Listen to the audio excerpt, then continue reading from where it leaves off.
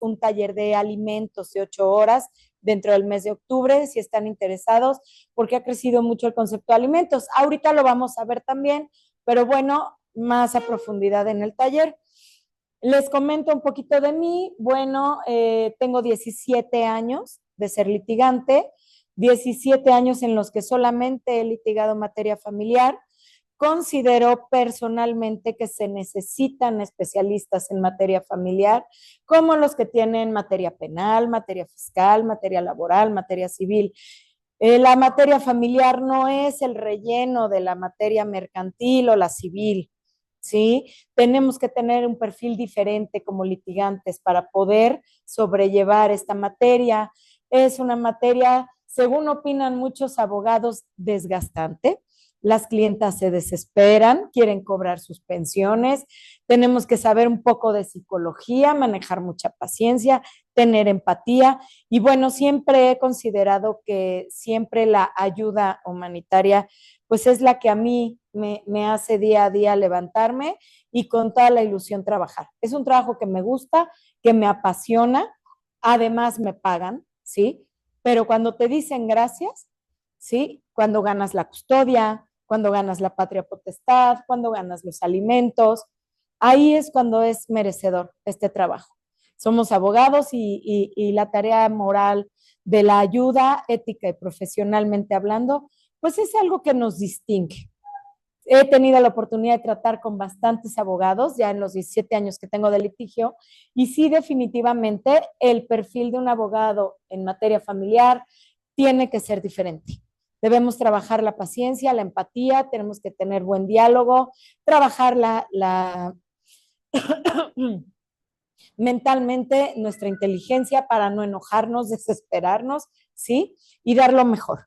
Es mucho los elementos que se necesitan, tener obviamente a nuestros especialistas a la mano, tener los peritos, los psicólogos, saber desahogar buenos dictámenes, entender los dictámenes, trabajarle un poquito a la psicología y bueno, pues estar en la lucha del día a día.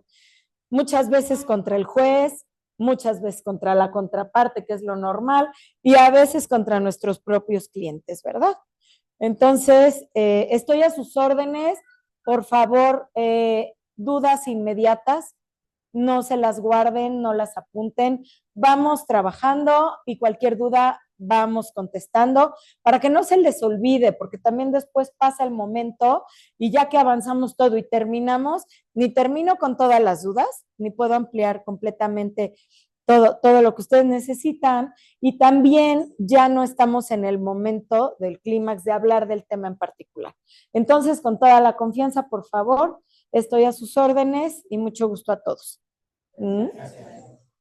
Bueno, vamos a empezar.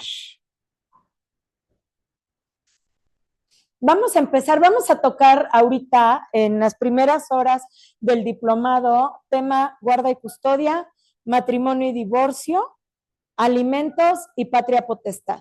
Obviamente hay muchas acciones en materia familiar que son importantes para su estudio, pero bueno, estos son los temas que ahorita son en mayoría las acciones de las cuales tenemos que aprender, sobre todo a excepción de la patria potestad, porque son orales, ¿sí? Entonces tenemos que trabajar los detalles también. Habla un poco del tecnicismo de la oralidad. La jueza Blanca Laura, que sigue después de mí, ella va a hablar todos los tecnicismos de las audiencias. Yo voy a trabajar más el derecho sustantivo. Sin embargo, estos temas fueron a elección del instituto y su servidora, porque son los temas que ahorita más comunes están siendo en juzgados. Adelante, abogada, buenas tardes. Y también porque además de ser los más comunes, son los que más actualizaciones han tenido ante, obviamente, la Suprema Corte por tesis, jurisprudencias y alguna normatividad que se ha implementado. Ustedes se van a dar cuenta que casi yo no ocupo el código, ¿sí? A mí me gusta trabajar en cuanto al principio de convencionalidad de la ley. Empiezo hablando de la Constitución, los derechos humanos, los tratados y de ahí hacia abajo. ¿Por qué? Porque ahora un código que no obedezca a los principios generales de derechos humanos se puede decretar por inconstitucionalidad en amparo. ¿Sí? Entonces vamos a empezar a tener la visión aplicada desde Constitución, derechos humanos hacia abajo. ¿Sí? Bueno, entonces vamos a empezar por guarda y custodia. Elegí en primer lugar y tiempo guarda y custodia porque este material es el que más tiene toda la compilación de derechos de los niños, ¿sí? Tenemos que hablar de eso en primer lugar. De hecho, considero que es el que más contenido tiene para que podamos ir conociendo los derechos humanos al día de hoy, que como ya les comenté, antes era lo que decía el código, ahora no. Ahora vamos a los derechos de los niños. Vamos a empezar con un poquito de teoría. La guarda y custodia se refiere a la responsabilidad de cuidar, proteger y criar a un menor de edad. Ojo, tenemos que tener este concepto bastante bien definido porque no es lo mismo que la patria potestad, que veremos más adelante. Esto implica garantizar bienestar físico, emocional, mental y educativo en un entorno seguro, amoroso y adecuado para su desarrollo, así como tomar decisiones en nombre del niño. Hay teóricos que hablan de dos conceptos. La guarda se refiere al aspecto físico y cotidiano del cuidado del niño, cómo asegurarse de que esté seguro y bien atendido en el día a día. La custodia, la responsabilidad legal de tomar decisiones importantes en nombre del niño, como atenciones médicas urgentes, buscar el sano ambiente para el niño, su atención emocional y psicológica. Mi opinión es que es el conjunto, ¿sí? El tener la custodia de un niño, las mamás lo saben, las que aquí somos mamás, es cuidar absolutamente todo, el día a día del niño. Y algunos papás, que si ya les ha tocado también, bueno, pues ya también lo conocen. Tipos de guarda y custodia. Hay guarda y custodia compartida. Ambos progenitores comparten la responsabilidad de cuidar y tomar decisiones sobre el menor de manera equitativa. Guarda y custodia exclusiva. Uno de los progenitores tiene la responsabilidad principal de cuidar y tomar decisiones sobre el niño, mientras que el otro progenitor tiene un régimen de visitas establecido.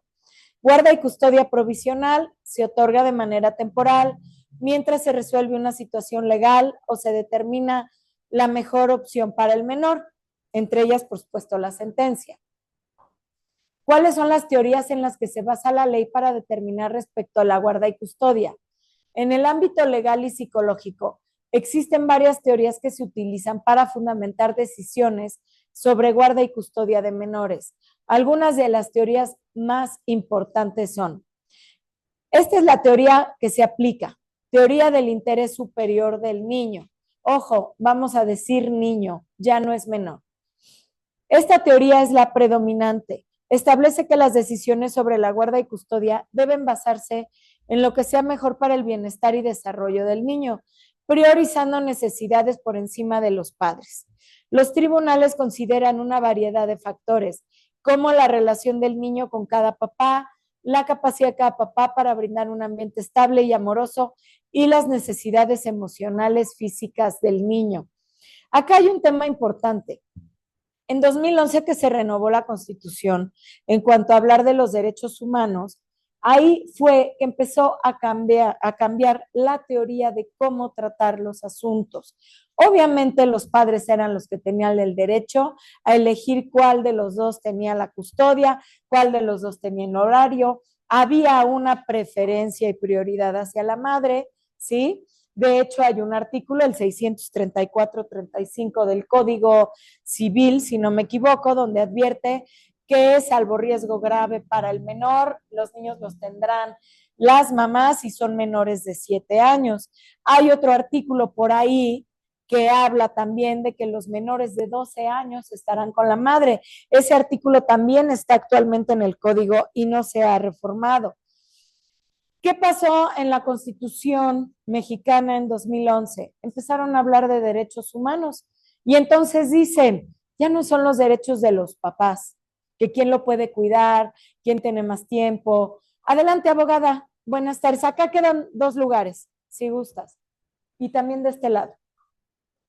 Ya no se habla del concepto de que quién puede cuidar al papá, quién dispone de tiempo, quién gana más dinero, sí, que obviamente que es discriminatorio.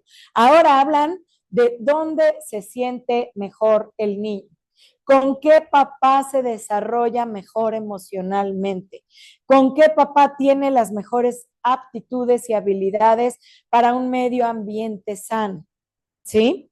Ese es el concepto por el cual esta teoría es la suprema para la aplicación de la impartición de justicia. Existe la teoría del vínculo primario, que se contrapone a la anterior. Esta teoría sostiene que cuando hay un vínculo emocional significativo entre el menor y uno de los padres, ese padre deberá tener la custodia primaria. Se argumenta que la estabilidad emocional del niño está favorecida al mantener una relación continua con el padre con el que tiene un vínculo más estrecho. Aquí podríamos hablar de la teoría del apego, sobre todo en niños pequeños. A ver, les comento. La teoría del apego se ha utilizado para cuestiones de adopción, ¿sí? Para cuestiones de detentar la custodia de niños pequeños. ¿Por qué? Porque esa teoría habla que los bebés y los niños de muy corta edad son los que necesitan identificarse con uno de los progenitores que les dé seguridad, confianza, estabilidad y pedir ayuda en caso de que lo necesiten.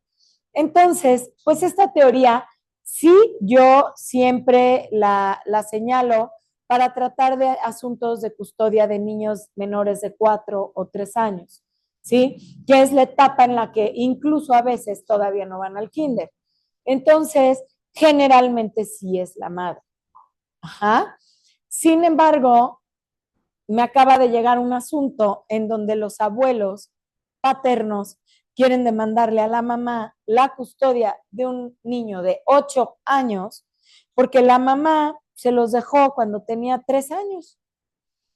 Entonces el papá murió y los abuelos dicen, abogada, nosotros lo hemos tenido 6 años.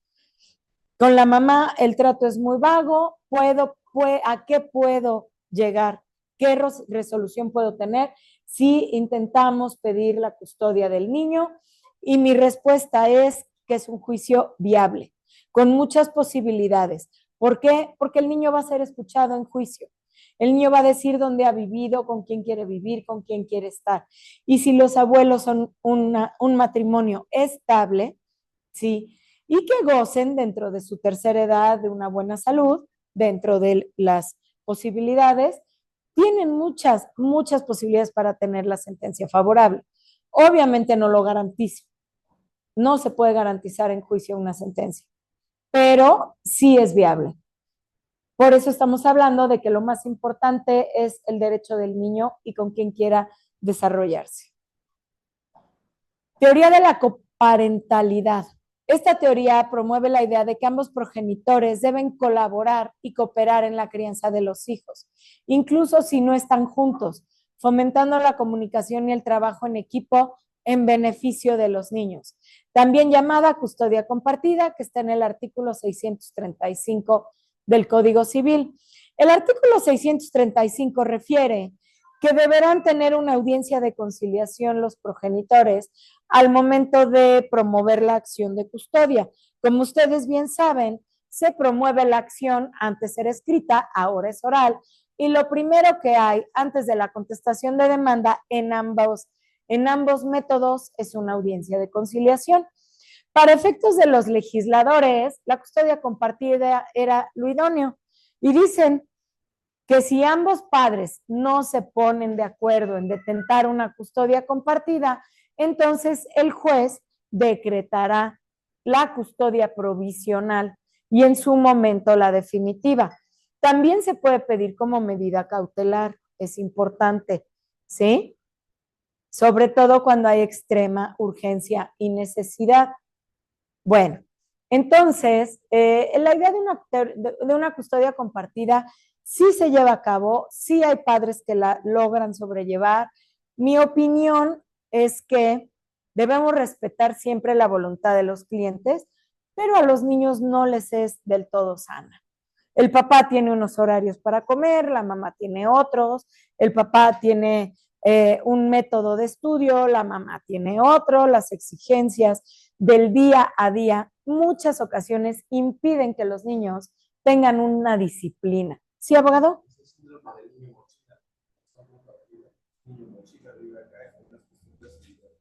Tienes toda la razón. Incluso, abogado, sumando a lo que opinas, gracias, es importante que el niño sepa dónde vive y a dónde va de visita. ¿Por qué? Porque en efecto suceden cuestiones de, ay, dejé mi juguete en la otra casa, ay, dejé la pijama, ay, es que, pues me siento más cómodo de este lado, pero ahora me toca toda la otra semana aquí. Generalmente las custodias compartidas son de domingo a domingo, de lunes a lunes. Hay quienes parten la semana, de jueves a jueves, ¿sí? Y cuando sucede eso, ya no se pactan visitas. ¿Por qué? Porque obviamente se reparten el 50% del calendario. No afecta ni en verano, no afecta en Semana Santa, no afecta en diciembre. Pero sí, ese síndrome, mira, van a ver a la psicóloga también y les podrá compartir algunas ideas, porque obviamente nosotros como abogados, si ellos están de acuerdo, no tenemos por qué objetarlo, ¿no? Pero en el caso de que uno de los dos padres no quiera, considero que es defendible y hasta para darle un espacio y un sano esparcimiento al niño, con cualquiera de los dos. Teoría de la estabilidad emocional. Esta teoría se centra en mantener la estabilidad emocional del apego seguro a los niños, considerando factores como la continuidad en las relaciones afectivas y en la rutina en su vida diaria. Pues esto está involucrado con lo que estamos comentando, ¿no? El niño tiene que tener una estabilidad. ¿Quién se la va a dar mejor? El padre custodio que acredite esa situación y circunstancia. Al día de hoy, quiero decirles, abogados, y ustedes también lo saben, los que son litigantes, pues que hay ya muy buenos padres que se encargan de la custodia de los niños. Como ahora papá y mamá trabajan, el trabajo ya no es pretexto.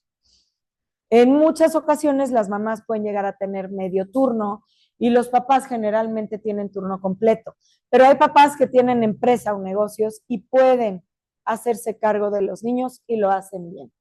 Recuerden que ya no debemos discriminar ese concepto. La teoría de la autonomía de los padres enfatiza el derecho de los padres a tomar decisiones sobre la custodia de los hijos sin interferencia indebida del Estado o terceros. Sostiene que los padres son los más capacitados para tomar decisiones sobre la crianza de los hijos y que el Estado debería intervenir solo en casos de abuso o negligencia. Esto es sin un juicio. ¿Qué pasa aquí? Vamos a suponer que llegan los clientes, llegan juntos.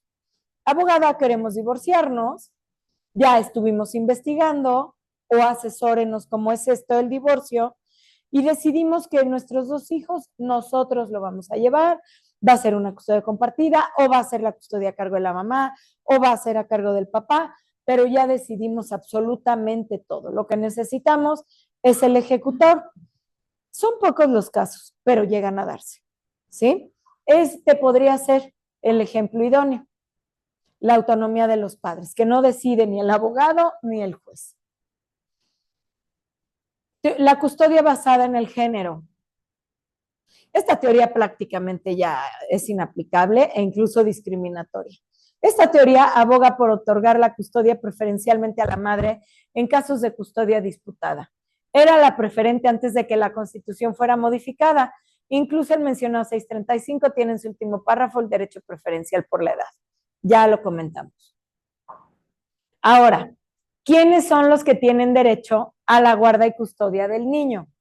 Obviamente, en primer lugar y tiempo, padres biológicos. Ello a menos que se demuestre que no pueden o no son capaces de detentarla. Este caso obviamente aplica para casos de futura enfermedad en uno de los padres. Se han dado casos de cuadraplegia, derrame cerebral, alguna discapacidad que sobreviene a la maternidad o paternidad y entonces es cuando ya no la pueden llevar la custodia. Padres adoptivos. Esto una vez que se tramita la adopción, ¿sí? Parientes cercanos. Si ningún padre biológico puede cuidar al niño, podrían ser los abuelos, los tíos o hermanos mayores. Artículo 636 del Código Civil. Tutores legales. Sucede cuando no hay padres ni familiares. Un tutor legal puede ser designado para asumir la custodia y la responsabilidad de un niño. Familias de acogida. Esto es prácticamente el DIF. Cuando un menor es removido de su hogar de los padres debido a abuso, negligencia u otras circunstancias peligrosas, puede ser colocado en el cuidado de una familia de acogida temporal.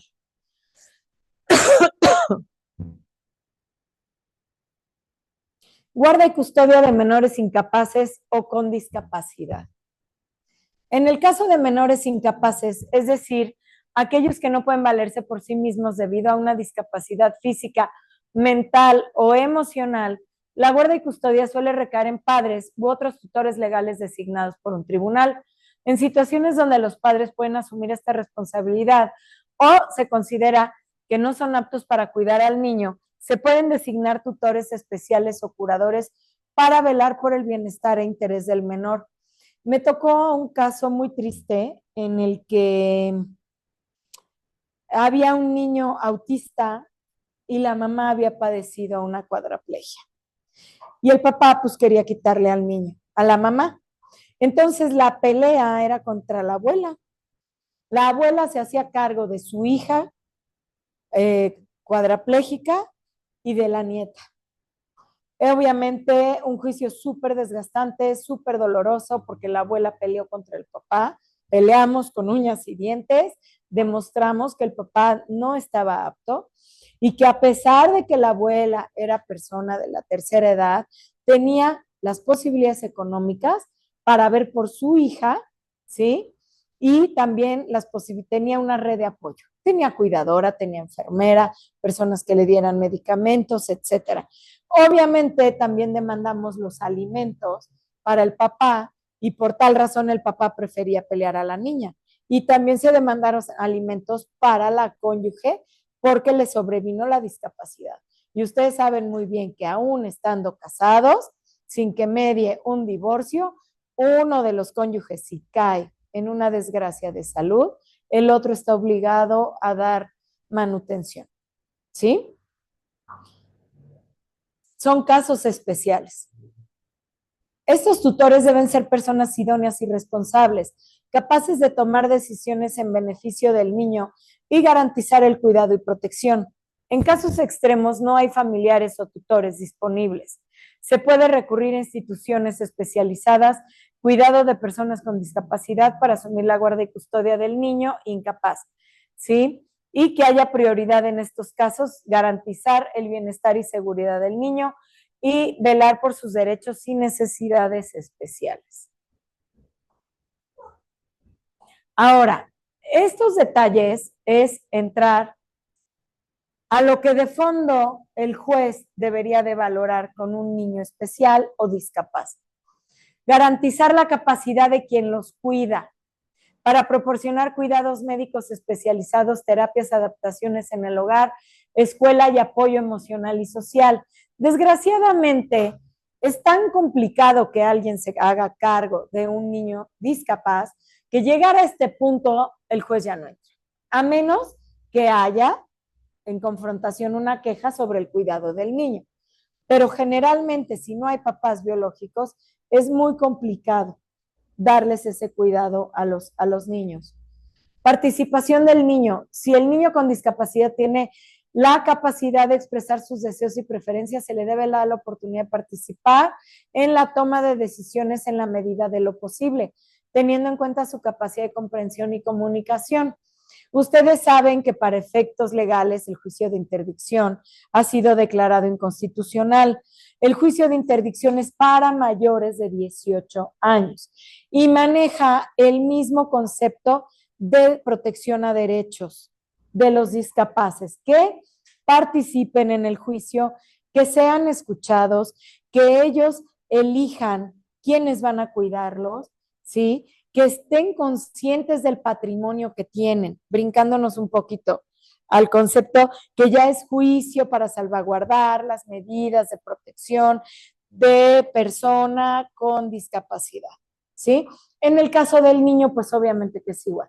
También hay que presentarlo al juzgado, que sea escuchado en la medida de lo posible, hasta donde den sus posibilidades, ¿sí? Claro, claro.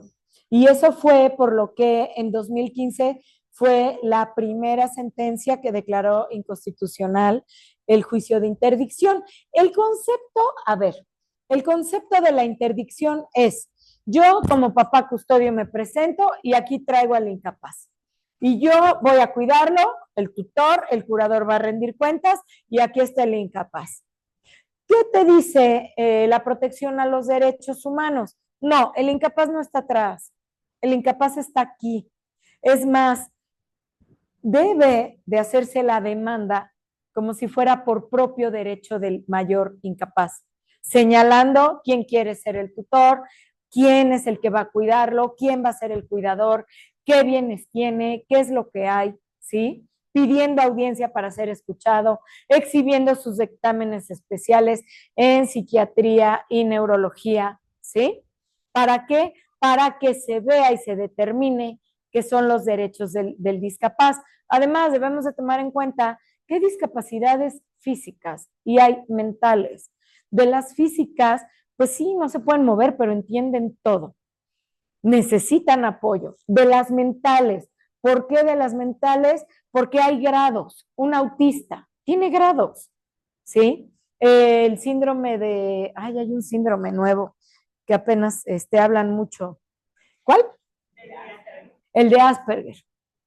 Es mucho menos que un autismo, pero al final de cuentas es un síndrome, ¿no? Y claro que pueden participar, pueden hablar y se pueden expresar. ¿Sí, abogada?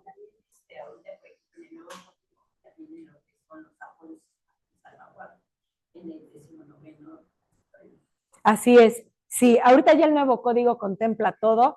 Es recomendable que tomemos un curso. Recuerden que el nuevo código pide que tengamos ya la capacitación. Yo no lo he tomado. Tenemos que tomarlo. Creo que tenemos todavía algo de tiempo. No se ha decretado en el estado cuando inicia la vigencia, pero por cuestiones de infraestructura yo creo que hasta el 2027 era lo que comentábamos. Pero bueno, entonces hay que tener en cuenta todo eso. Y bueno, la planificación a largo plazo, que es, dado que algunas discapacidades pueden requerir cuidados y apoyo, es importante tener en cuenta la planificación económica, planes de cuidado, fideicomisos y designación de tutores y respaldo en caso de que los padres no estén disponibles. Esto en México no aplica, lo sabemos. Al juez no le va a importar decirme cuánto dinero tienes, para cuántos años te dura, qué red de apoyo tienes, necesitas enfermera, cuidadora, fisioterapeuta, para cuánto te va a alcanzar. Y señálame a alguien que en caso de que algo te pase, me pongas a alguien más. ¿Sí? Pero es parte de los derechos humanos. ¿Sí? Otro asunto, podemos ir comentando asuntos que tengan ustedes, dudas también, por favor. Tengo otro asunto que tengo 12 años con él, y pues obviamente que el niño discapaz ya es adulto discapaz, ya el juicio de interdicción lo presentaron en 2020, yo objeté y apelé que no estaba llevado conforme a las leyes actuales de la aplicación y protección de derechos humanos, porque ya no es interdicción, en la apelación lo gano, lo regresan y solamente dan cumplimiento a una audiencia, vuelven a dictar sentencia y dicen se aprueba la interdicción, vuelvo a apelar y lo vuelvo a tirar. ¿Sí? Entonces llevamos 4 años en el cual todavía no tenemos una sentencia, porque ya 2 veces la misma sala conoció y enérgicamente en la segunda apelación le dijo al juez, ya te dije en la primera ejecutoria que no cabe la interdicción, repone el procedimiento completo. Ajá. Entonces, ¿qué pasa en este caso? ¿Por qué les comento esto? Hablando mucho de la interdicción, porque tiene mucho que ver ahorita con los derechos de los niños con discapacidad o jóvenes con discapacidad. Bueno, pues la situación que sucede, la situación que sucede en la interdicción es que nosotros debemos de hacer mención y proteger y garantizar los derechos del discapaz. Y en esa ocasión, pues yo dije, juez, requiérele que en caso de que la mamá falte, ¿quién va a estar? Y así. Se tienen por hechas las manifestaciones, las cuales se tendrán, se tomarán en cuenta en el momento procesal oportuno, ¿sí? Porque esto no está en la ley, no está en un código. Y los juzgados siguen trabajando a base del código, a excepción de los tribunales de oralidad. ¿Sí? Debo de reconocer que ahí están yéndose más a principios de protección de derechos de los niños. Pero bueno, continuamos.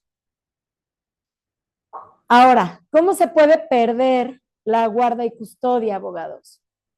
Donde los padres o tutores legales no cumplen con su responsabilidad y ponen en riesgo el bienestar del menor.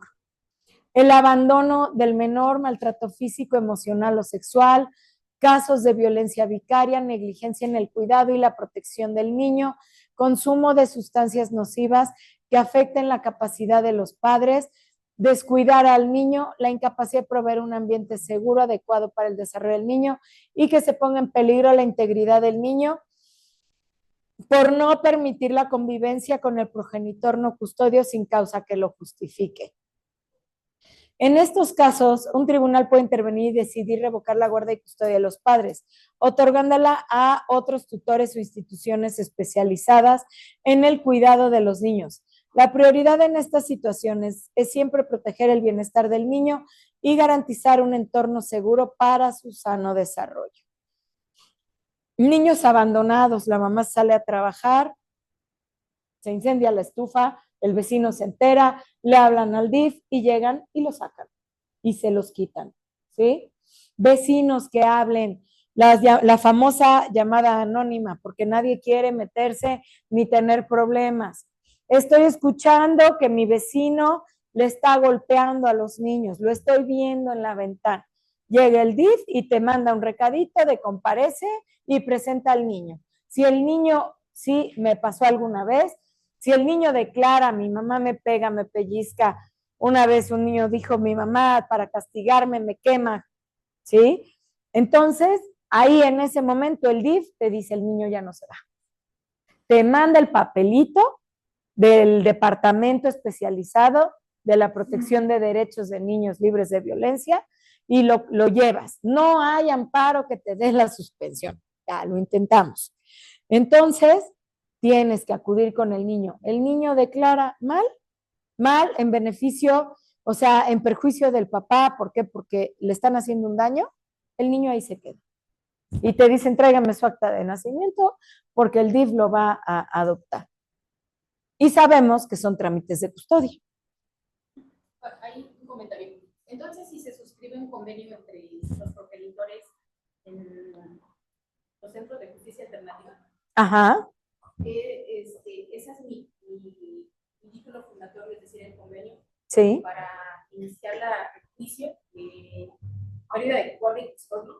Mira, el procedimiento, qué buena pregunta, abogada, porque, a ver, nosotros sabemos que las autoridades sancionadoras son los jueces.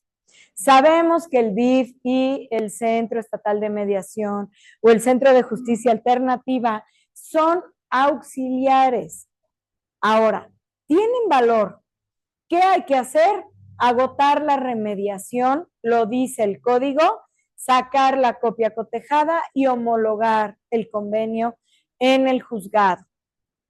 Hay que hacer la homologación. Así lo dice en el capítulo, y lo estaba viendo hoy en la mañana. ¿Sí? En el capítulo, no me acuerdo, se los voy a traer.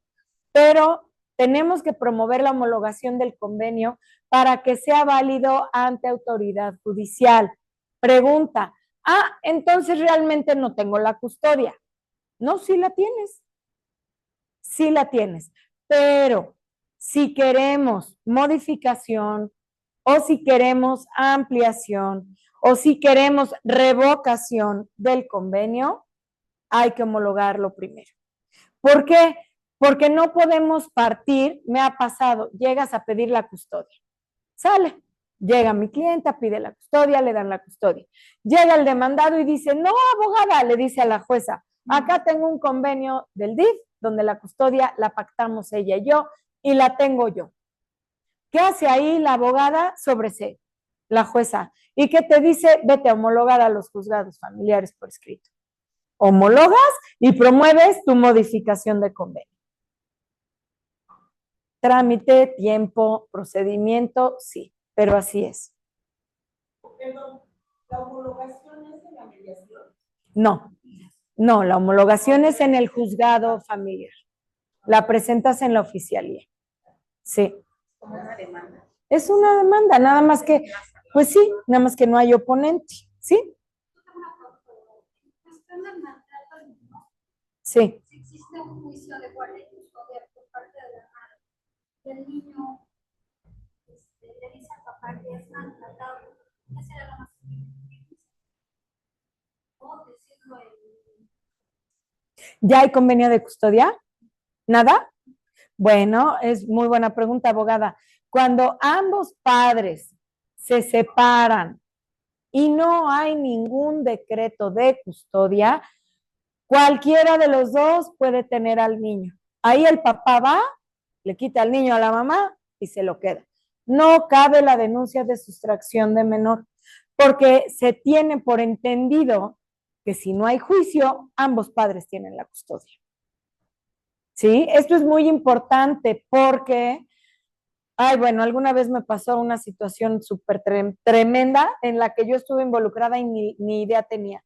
Me busca un papá de México y me dice, hola María Elena, oye, me recomiendan contigo, ya vi tu página, no sé qué, el rollo.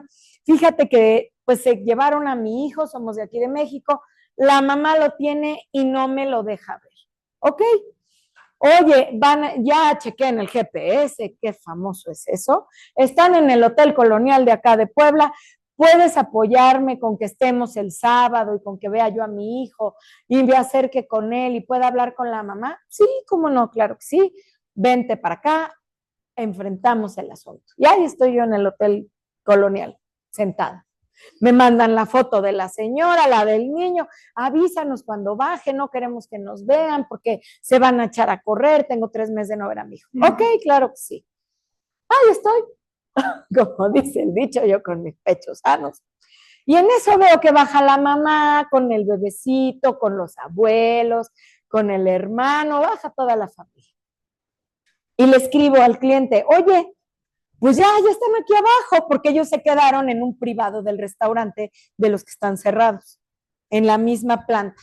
Y yo estaba cerca de donde es el registro del check-in y el check-out. Entonces le digo, ¿sabes qué? Ya están aquí, ya están firmando, ya van a entregar la habitación, no sé qué.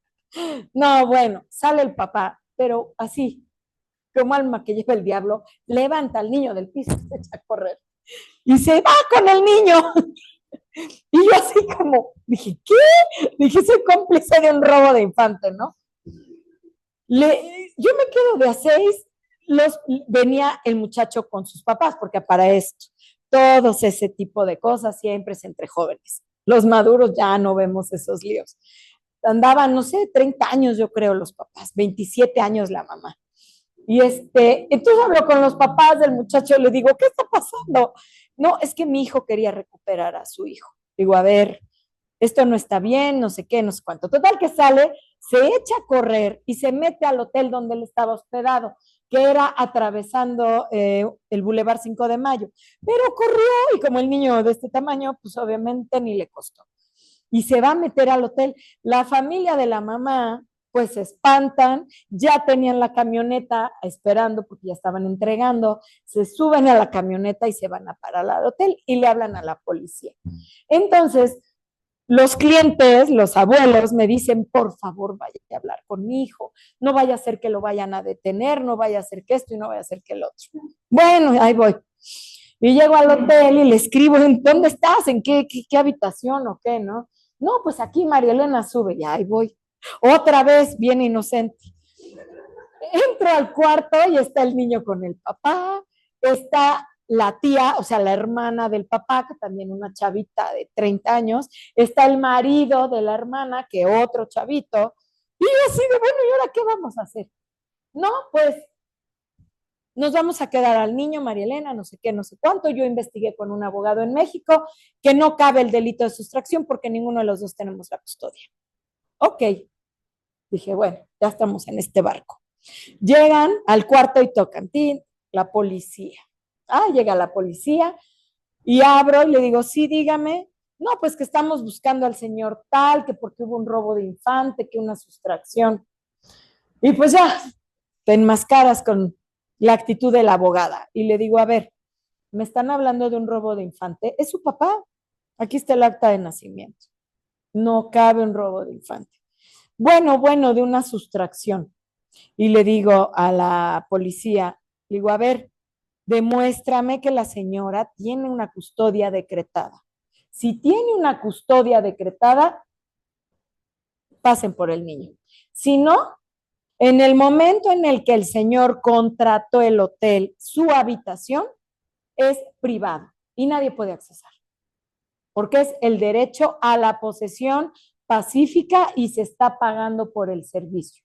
Si usted, gerente, dejó pasar a la policía, a los pasillos, a las áreas principales, pero a la habitación no.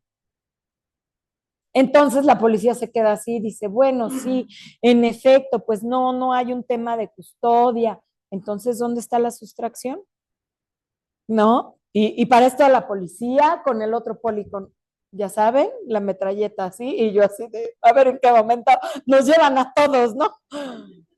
Al final de cuentas me dice la policía, bueno, abogada, entonces entendemos que no quieren cooperar, ¿no? El papá no es una persona que esté cometiendo algún delito, tiene la patria potestad y hay una custodia compartida. Bueno, pues entonces vamos a traer al DIF para negociar.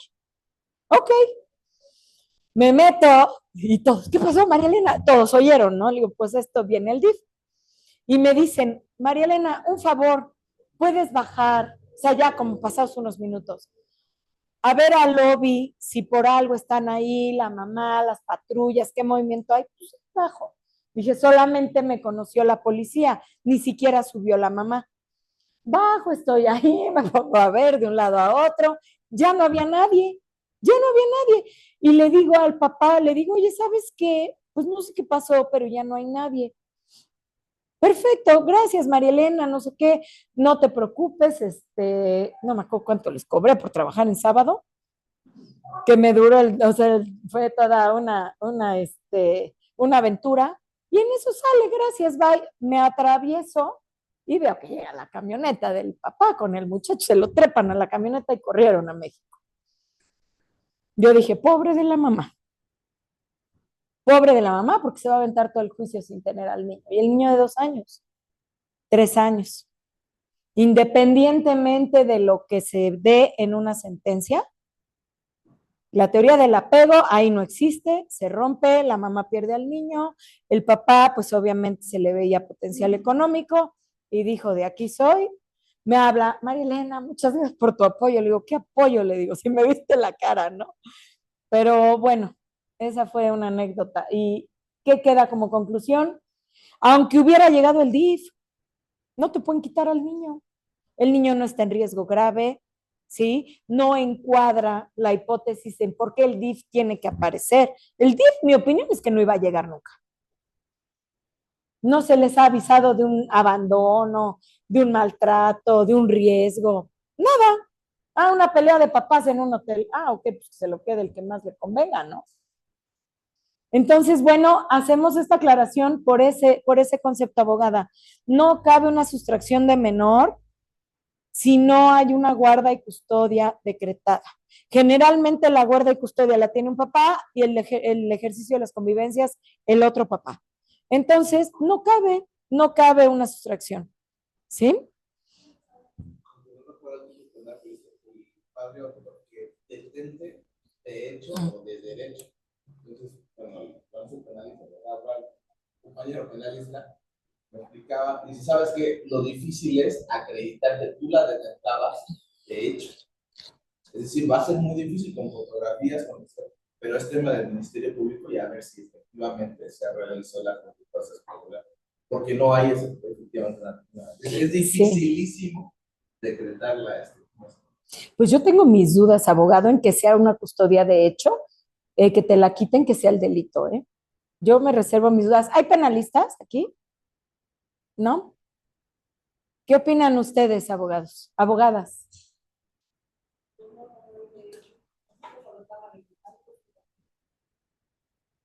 Sí, yo también tengo esa idea. Pero mira, son palabras que tiene el Código de Defensa Social, como en la Constitución que dicen que va a haber un jurado, yo nunca he visto uno, pero bueno. Ok, seguimos. Una pregunta. Sí, abogada. En cuestión de que los menores de edad sufran violencia por parte de los padres económica, los llevan a la escuela, los cuidan, y los abuelos quieren tener a los menores de edad, ¿cómo sería eso? Bueno, ahí tenemos dos opciones, abogada. La primera, que demanden la custodia a los abuelos. Hay un artículo en el código que dice que a falta de padre y madre o removiéndose a ellos, los abuelos, en primer lugar paternos y en segundo maternos. Así lo dice el código. Pero obviamente cabe la excepción. Tú puedes demandar la custodia, los demandas a los dos, a la hija y al yerno. Tienen que comparecer y tienen que acreditar en sus excepciones que sí están cumpliendo como padres. ¿Qué tienes de ventaja ahí? Las periciales. Los niños ya no se guardan las cosas. Y eso es algo que ayuda mucho. ¿Sí? Una. Dos, pues contra la SEP, gira oficio a la SEP que nos digan dónde está inscrito el niño. ¿No? ¿Por qué? Porque el niño tiene derecho a la educación, artículo 4 constitucional. Ahí están todos los derechos del niño. Otra, se está hablando de una violencia, ¿sí? Una cosa es la violencia económica o no te llevo a la escuela, pero una violencia física, psicológica o un daño irreparable con un riesgo grave o potencial, que son dos conceptos diferentes, mi opinión atrevida, y digo atrevida porque cabe un delito, es quitarles a los niños. ¿Yo qué hago? A ver, abuelos, vienen esto, vamos a pedir la audiencia. En la primera audiencia presento a los niños. Que nos dieron la audiencia para el martes. Pues el lunes ve cómo le haces y que te presten a los niños de convivencia, no los devuelves y presentamos a los niños que se dé fe, que sean escuchados de manera urgente en ese momento. A ningún juez le gusta que le cambies todo el procedimiento de su audiencia. No le van a hablar a que vengan del SECOFAM, el juez va a tener que escucharlos, va a tener que dar fe de cómo están presentados los niños. Digo, no les quitan toda la ropa, pero si hacen una revisión, no sé, shortcito, playerita, ¿sí? Si tienen moretones, si están descalabrados, si traen piojos, cualquier cosa, ¿sí? Y ahí, en ese momento, pueden obtenerse benéficamente la custodia provisional para los niños, porque es protección a los niños en tanto en cuanto emplazan a los papás y se presentan a contestar la demanda. Porque hay juezas que seguramente ya les ha tocado, que te dicen, te doy la custodia provisional hasta la contestación de demanda. La puedo modificar, porque está el derecho de garantía de audiencia del otro progenitor. Y puedes pedirla así, en un caso grave. Y también, como abuelo, ir a poner la denuncia de violencia y llevar a los niños. Ahora, ahí hay un riesgo, penalistas. Yo sé que si llevan a los niños, los que no tienen la custodia, les quitan a los niños. En sexuales, ¿no? En la 10. Sí. Ahí hay que tener cuidado. Pero puedes ir, poner la denuncia, pedir una restricción y pedir cita para el dictamen psicológico. Y decir, aún no los tengo a los niños, pero te los traigo. Y mientras llevas tu denuncia y la llevas, que es un indicio fuerte para el juez familiar, decir, están denunciados los papás y te van a preguntar, ¿hay restricción por parte de la fiscalía? Sí o no. Si sí la hay, de inmediato ni la piensa y corrobora la medida precautoria o cautelar. Si no la hay, entonces la jueza tiene que valorar el material probatorio como medida cautelar, ¿sí? Tú tienes que presentarte a la primera audiencia y decir, vengo a promover custodia de los niños y dentro de las prestaciones se me decrete de inmediato la medida cautelar de la custodia provisional. En las prestaciones. Y luego la custodia provisional y luego la definitiva. ¿Sale? Y darte tu espacio y tu apartado para detallar tu medida cautelar, exponer las razones y si así lo consideras, exhibir material probatorio. en la medida cautelar. Generalmente ahí testimoniales, declaraciones o escucha no se desahoga, pero si hay documentos, sí los puedes acreditar, desahogar en ese momento y que te admitan las otras pruebas, ¿sí? Y bueno, también ya depende de los criterios jurisdiccionales. En caso de fallecimiento de los padres, ¿quién es el más apto para cuidar a un niño? En caso que los padres fallezcan y no hayan designado a un tutor legal, el tribunal generalmente buscará familiares cercanos, como abuelos, tíos u otros parientes, para asumir la custodia de los menores. En ausencia de familiares cercanos o si estos no son considerados aptos, el tribunal puede asignar un tutor especial o curador. Nunca tienen curador especial o tutor. Ojo, bien importante, ¿sabían que en un testamento se puede designar un tutor? En caso de fallecimiento de la mamá o el papá, los que ejercen la patria potestad. ¿Sí? Esto es bien importante porque muchas mamás cuando ya están divorciadas y que vivieron violencia para ellas o para los niños, ¿sí? O que hubo temas ahí de estupefacientes o temas de abuso sexual o temas graves, ¿sí? Ahí yo recomiendo, haz tu testamento, señala a un tutor y al tutor dale una copia del testamento. ¿Para qué? Para que de inmediato, si tú falleces, me vienes a ver y promuevo la demanda de custodia. Se le dice tutoría, pero realmente es la custodia. También me sucedió en una ocasión, una chica de 29 años murió por lupus, tenía 2 niñas y la abuela de 45 me fue a ver de inmediato porque yo estaba defendiendo a la mamá y de inmediato promoví el juicio de custodia. ¿Sí? Ahí no había testamento, pero dimos aviso de la defunción, dijimos que el apego estaba con la abuela materna, que siempre se había hecho cargo, y las niñas se quedaron bajo la custodia de la abuelita. En juicios de reconocimiento de paternidad, la custodia del menor generalmente se otorga al padre biológico, una vez que se establece legalmente la relación de paternidad. Sin embargo, la decisión final sobre la custodia dependerá de varios factores, como el interés superior del niño, la capacidad de los padres para poder proveer para bienestar del niño y otros aspectos relevantes. A ver, casos especiales. No sé si les ha tocado algún asunto en donde pues la persona que trabajaba al servicio de la casa tiene un bebé y les deja al niño. Y después se arrepiente. ¿Sí? ¿De qué es que estaba yo muy chica y no tenía dinero y muy joven, pero ahora ya puedo tener a mi niña de 10 años? Ah, ok. ¿Qué pasa en esos casos? Las personas que se quedan con esos niños no hacen un trámite de adopción. Les dan toda la papelería de cuando salieron las mamás del hospital y con eso van y registran a la criatura. Eso no es legal. Y eso es susceptible de un secuestro de menores. Ojo, me han preguntado, ¿qué hacemos? Proceso de adopción y solicito mientras tanto retener la custodia. ¿Por qué? Porque se arrepiente la mamá y ay Dios. Ahora, ¿qué pasa en un caso muy escaso? Que la mamá quiera demandar la recuperación y demanda la maternidad. Pues obviamente va a ser la mamá biológica, pero eso no le da derecho a tener de inmediato la custodia. Ya no. ¿Por qué? Pues porque ya lo que importa es dónde está el niño adaptado y habituado. Pudiera pedir derechos de convivencia, porque sabemos que en las reglas del DIF para la adopción la mamá renuncia. Pero en un caso de recuperación de custodia por reconocimiento de maternidad, es diferente. ¿Sí?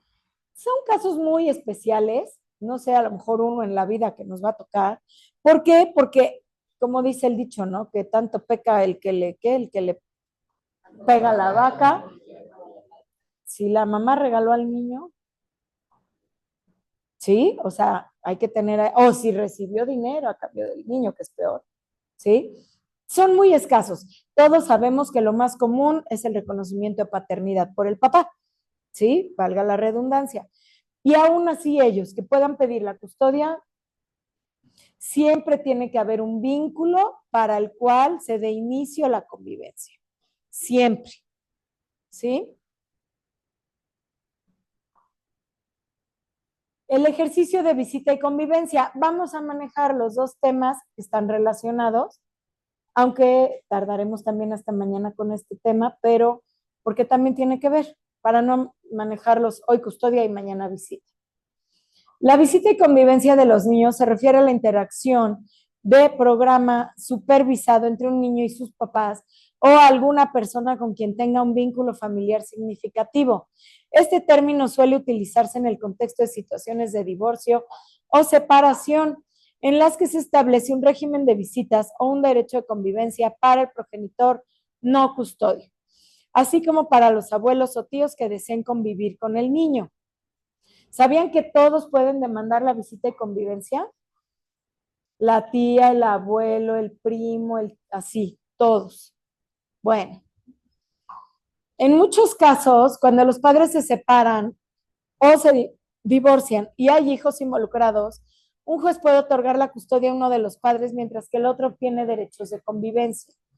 Estos derechos permiten al padre no custodio pasar tiempo con el niño en fechas y horarios específicos según lo establecido por el tribunal. La visita y convivencia de los niños puede variar en términos de su frecuencia, duración y condiciones específicas, dependiendo de las circunstancias individuales de cada familia y de las decisiones del tribunal. El objetivo principal de estas visitas es fomentar y mantener la relación entre el niño y ambos padres. Incluso después de la separación, promover el bienestar emocional y psicológico del niño.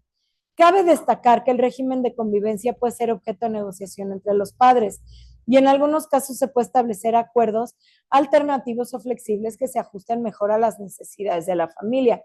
Sin embargo, si no se puede llegar a un acuerdo, el tribunal puede intervenir y establecer un régimen de visitas o convivencia basado en el interés superior del niño.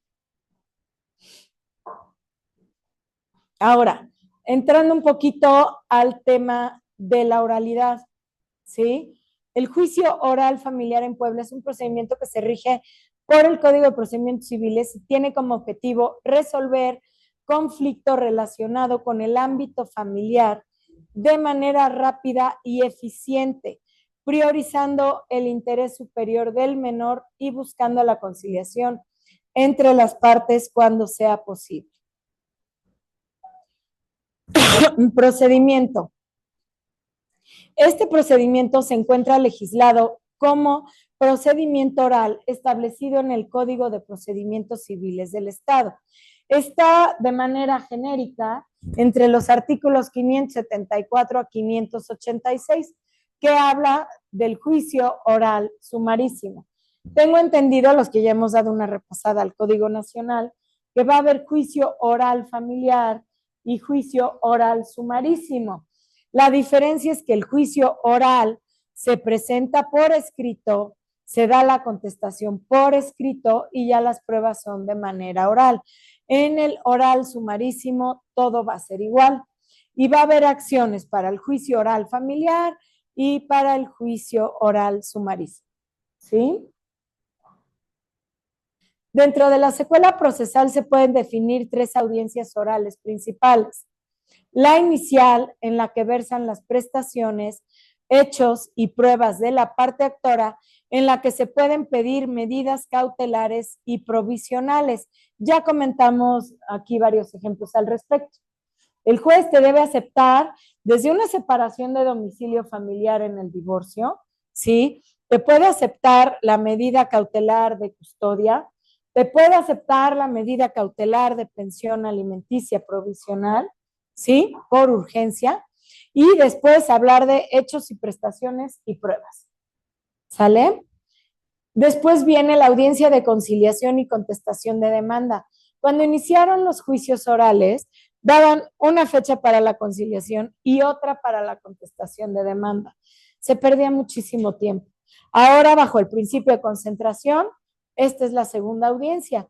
La tercera es la de desahogo de pruebas y del dictado de la sentencia. Ojo, en materia familiar siempre de cajón y de oficio van 2 pruebas. El estudio psicológico y el estudio socioeconómico o en trabajo social. no se puede dictar una sentencia en la audiencia de pruebas. ¿Por qué? Porque faltan como 6, 8 meses a que el SECOFAM haga lo suyo. Sí. Bajo oficios, amenaza de penalización, amparos y demás. Ahora, en un juicio de custodia como medida provisional, desde la primera audiencia se puede solicitar la custodia. Esto hasta en cuanto aparezca el demandado. Y dependiendo de la segunda audiencia se verá si se sostiene o no la medida provisional, misma que depende del arbitrio y de las pruebas ofrecidas. En la segunda audiencia habrá en primer lugar una conciliación, haciendo hincapié que los jueces la hacen de conciliadores y mediadores. Ojo, ¿se acuerdan cuando estábamos todavía en el procedimiento escrito que hablaban al Centro Estatal de Mediación, ahora llamado Justicia Alternativa, y que mandaban a 2 jovencitos? Ay, a todos los 6 juzgados, ahí andaban los 2, un morenito y un güero. Ahora no, ahora el juez, antes de prender la cámara, se sienta y les dice, los escucho. Puede tardarse 1 hora la conciliación y no llegar a nada. Hay un juez, no sé si ya les tocó con él en Cholula, el juez Adolfo, que lo cambiaron en lugar del juez Alegría, González Alegría. ¿A alguien ya le tocó con él? ¿Sí? ¿Qué experiencia viviste, abogada? Cuéntanos.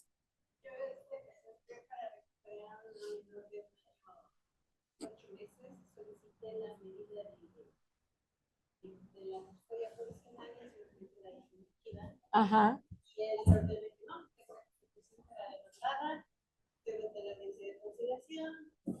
Que la mamá tiene problemas psicológicos y se lo manifesté, ¿no? Ha tenido suicidio. Ok. La menor está en riesgo. ¿Tú no tenías a la niña? No. Entonces, él me dice que no. Y hasta que la mamá sea escuchada, en ese momento nos puede determinar si procede o no la custodia profesional. Ok. ¿Pidió para la contestación de demanda que compareciera la niña? Sí. Eso sí está bien. Y también la intervención del Ministerio Público le solicitó la Procuraduría de la Mujer. Exactamente. Era rápido, un estudio rápido, pero rápido, ¿verdad? Y que eso por parte del Ministerio Público. Sí, sí. Como medida cautelar, él gira oficios y en la segunda audiencia piden que la niña comparezca. ¿Qué resolvió en la segunda audiencia? Apenas presentaste. Pero para él, por ejemplo, aunque uno diga, tienen problemas psicológicos, estoy exhibiendo un cambio, Sí. hasta que la mamá aparezca, va a determinar si procede o no. Ok. Les comento esto por lo siguiente. Ustedes saben que se tiene que seguir un horario. Tenemos cada media hora audiencias, tanto en Puebla como en Cholula. Y el juez Alegría fue removido de Cholula y lo mandaron a un distrito judicial. Entonces entra el juez Adolfo. El juez Adolfo es un juez joven y poco pragmático. ¿Eso qué significa? Que él hace sus reglas. La primera ocasión, ¿y por qué me atrevo a decir el nombre? Porque voy a concluir con algo positivo. La primera ocasión nos cita, tenemos audiencia 11 de la mañana, veo que son 11:15, 11:30, 11:45, las 12. Me acerco y veo al juez en su cubículo. Y le digo, oiga, abogado, tenemos 1 hora que teníamos que tener audiencia. Y me dice, abogada, dice, es una contestación de demanda, no han hablado, es conciliación, yo no la tengo por qué desahogar, acérquense los abogados y hablen. Y yo así de, es que siempre lo que hacemos es que el juez se mete a la sala, no prende cámaras y el juez desahoga. Sí, aquí no es así, ustedes desquiten lo que cobran. Y yo, ah, caray. ¿En ciudad judicial? ¿Quién? A mí no me ha tocado.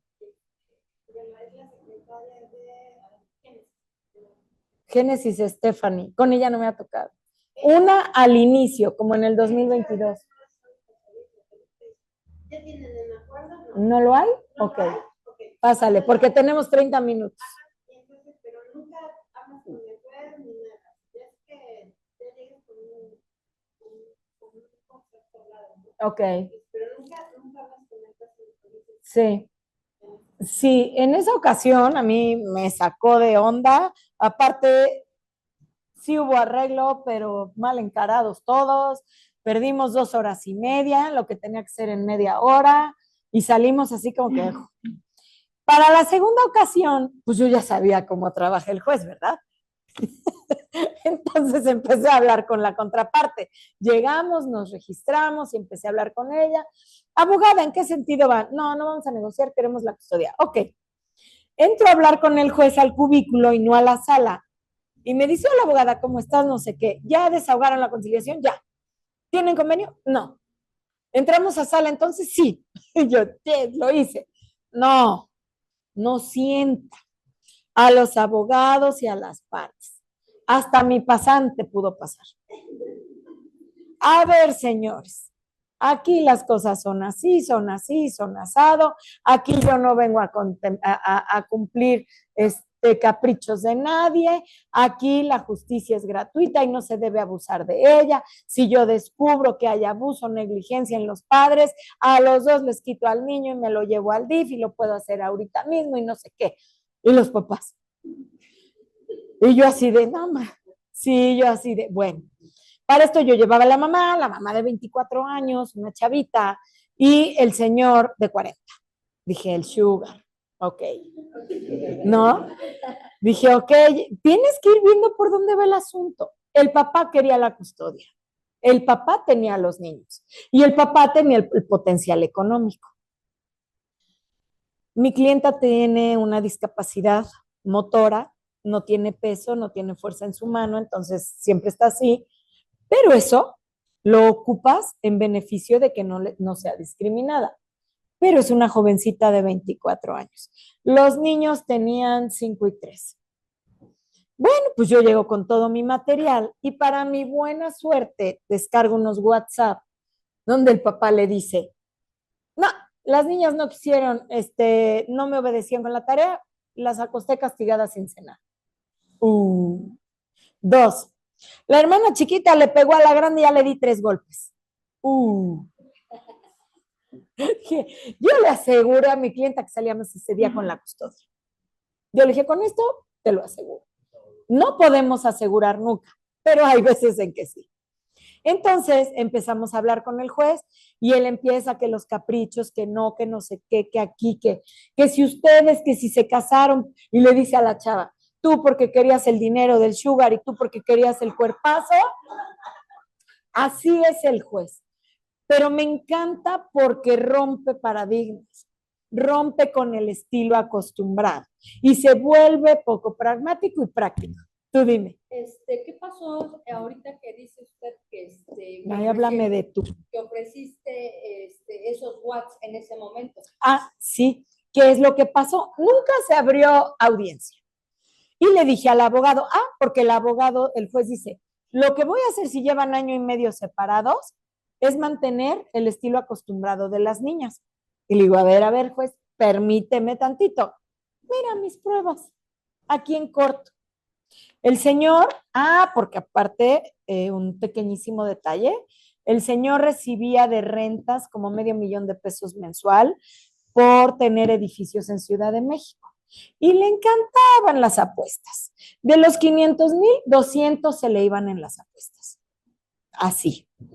Entonces le dije, a ver, juez, aquí hay discriminación de todas, por la edad, por el género, por su discapacidad de su brazo, porque no tiene el potencial económico.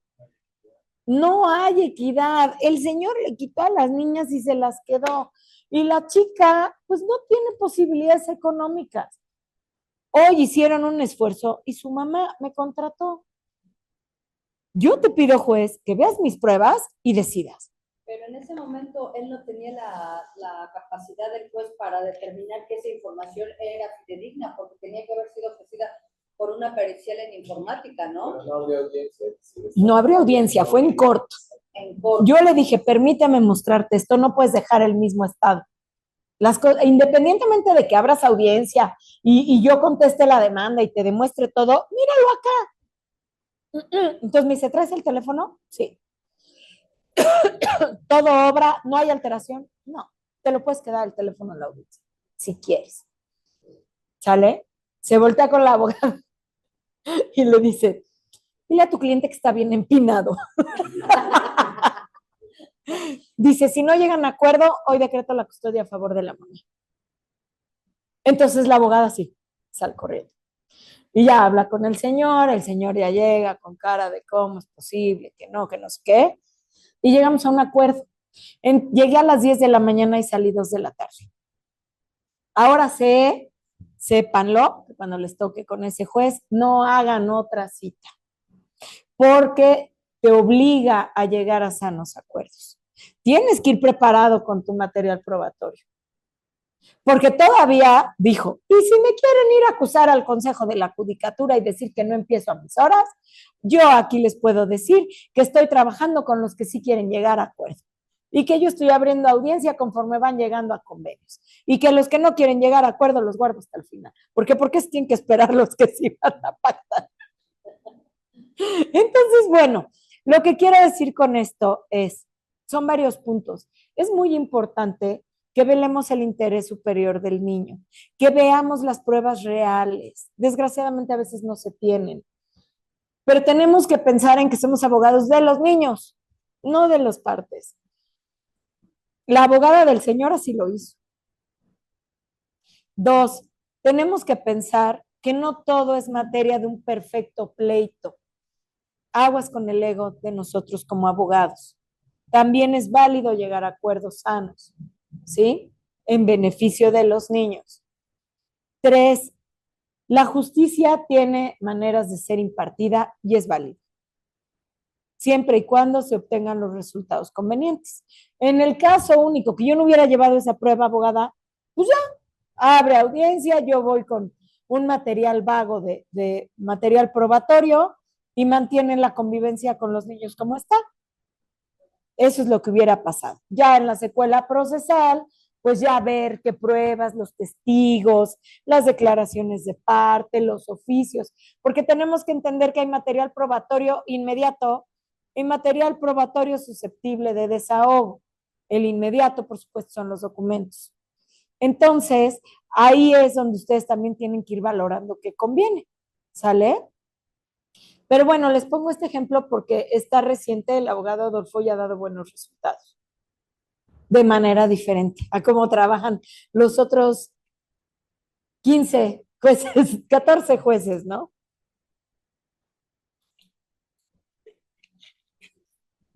Pero bueno, continuamos. Esto es por hablar de la segunda audiencia, la conciliación, ¿sale? Los jueces hacen de conciliadores y mediadores, aquí nos quedamos y aquí interrumpí. Si no se declara fracasada, se desahoga la contestación. En esta misma audiencia se da vista al actor con el material probatorio de la demanda y ahí es el momento de objetar. Ojo, no hay equilibrio procesal si te dan vista en ese momento. Pero ojo, si te dan vista con una testimonial, ahí puedes objetar, porque ustedes tienen que manejar en la audiencia que su cliente les escriba, porque nunca falta el y ya te están callando. Bueno, hoy aquí me escribes, cuando ofrecen las pruebas y dicen testimoniales, no, él es su empleado, dependiente económico, objetala. O, bueno, ellos no lo saben, pero nosotros lo sabemos. Yo pregunto, ¿quiénes son? Ah, pues resulta que uno es su jefe. No, pues ¿cómo? ¿Sí? Ah, no, pues resulta que el otro es su pareja, pero ni lo conozco. ¿Cómo va a hablar de hechos que vivimos cuando estábamos casados?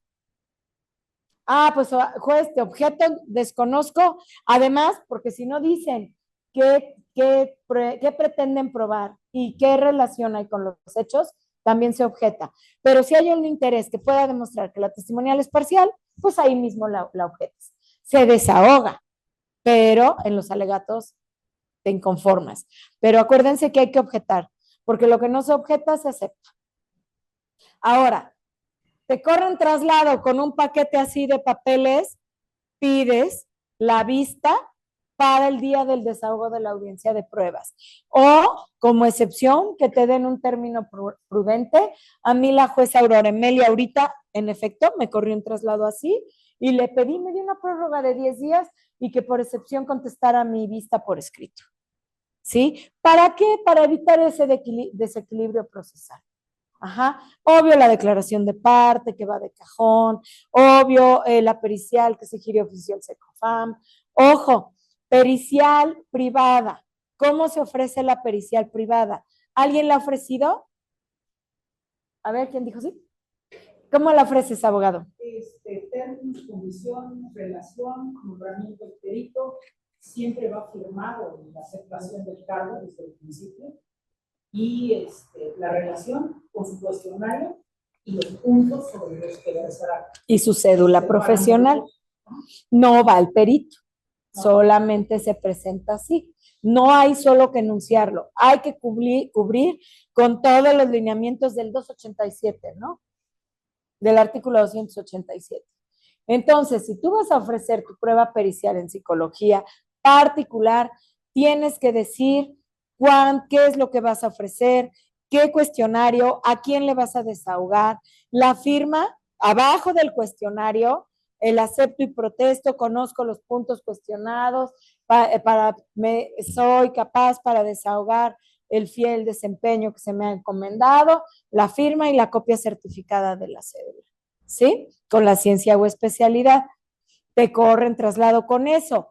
En ese momento tú tienes el derecho a señalar un perito, si es la contestación de demanda, porque si es tu demanda te emplazan y tienes 5 días para preparar, pero si es en la contestación y ofrecen una pericial, tú tienes el derecho a reservarte y a pedir que se te dé un tiempo prudente para exhibir tu perito, ¿sale? Para subsanar el equilibrio procesal. Y así con todo el material probatorio. ¿Qué pasa en la tercera audiencia? Se desahogan las pruebas en las que consideran prioritarias las siguientes. ¿Qué herramientas tiene la autoridad para determinar la custodia de un niño, las visitas y convivencias con el progenitor no custodio? A ver acá, ¿cuáles son las pruebas prioritarias? Estamos hablando declaración de parte, testigos, ya no aplica una inspección ocular, realmente. Estamos hablando documentos públicos y privados. Ojo, no nos confiemos que los documentos privados sean ratificados por quien los expide para que no pierdan valor probatorio, sobre todo en tratándose de una prueba que puede ser medular en el juicio, ¿sí?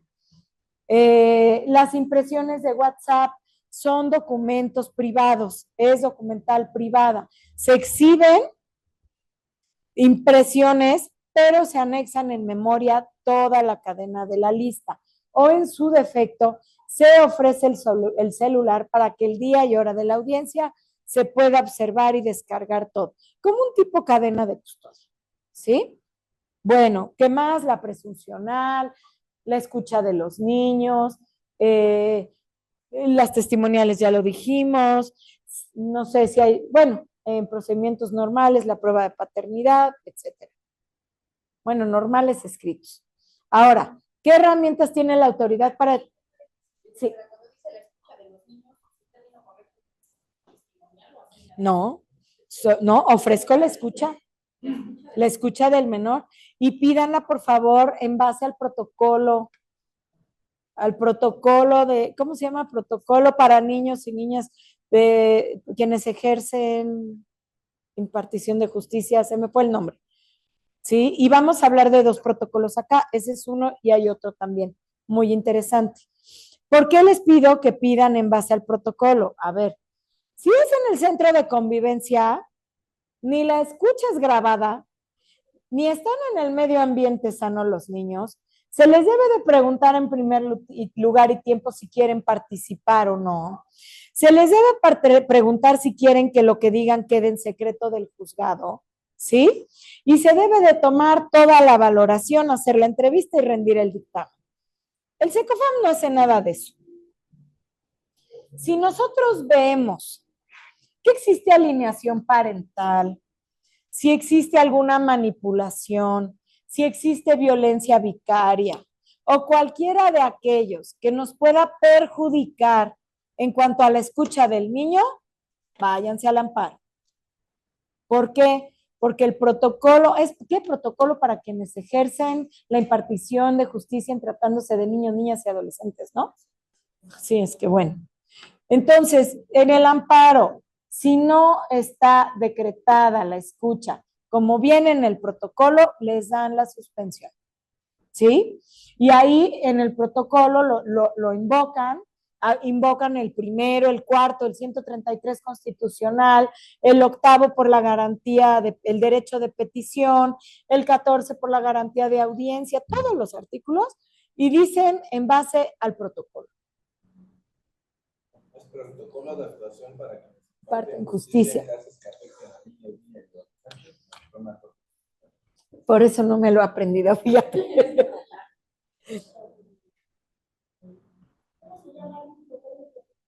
Protocolo de actuación para quienes imparten justicia en casos que afecten a niños, niñas y adolescentes de la Suprema Corte. Sí, ese protocolo es muy interesante porque en primer lugar te dice, los niños, las entrevistas videograbadas. Ah, que el SECOFAM no tiene, yo le llevo mi cámara, yo le llevo mi lab. Ah, que tienen el derecho a elegir alguna persona que lo acompañe. ¿Sí?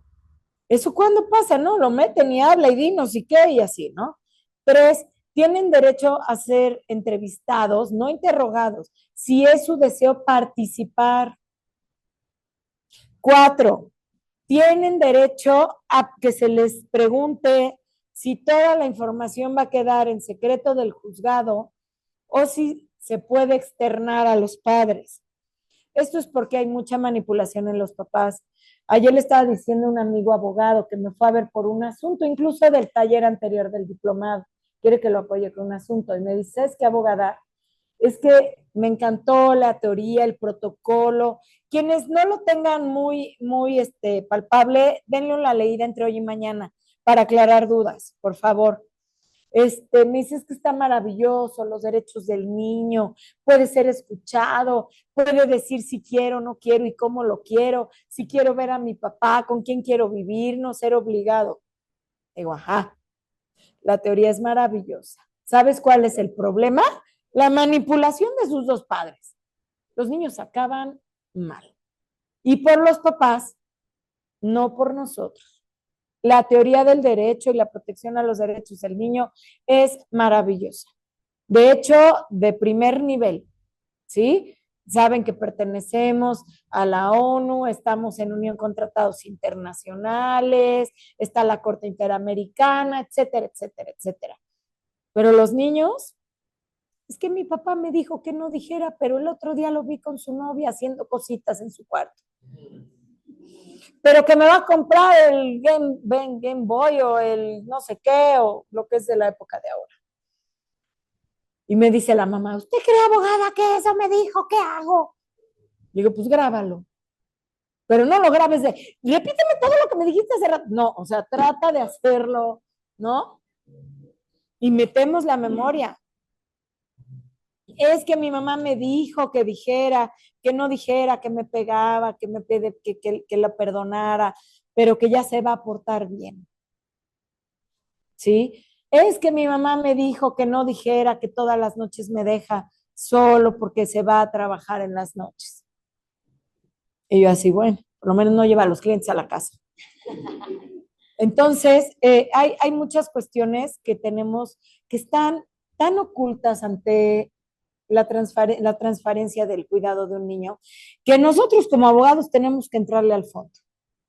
En una ocasión me llegó una clienta y me dijo, oye María Elena, es que mi hija tiene una violencia, está muy rara mi hija me dice 4 años.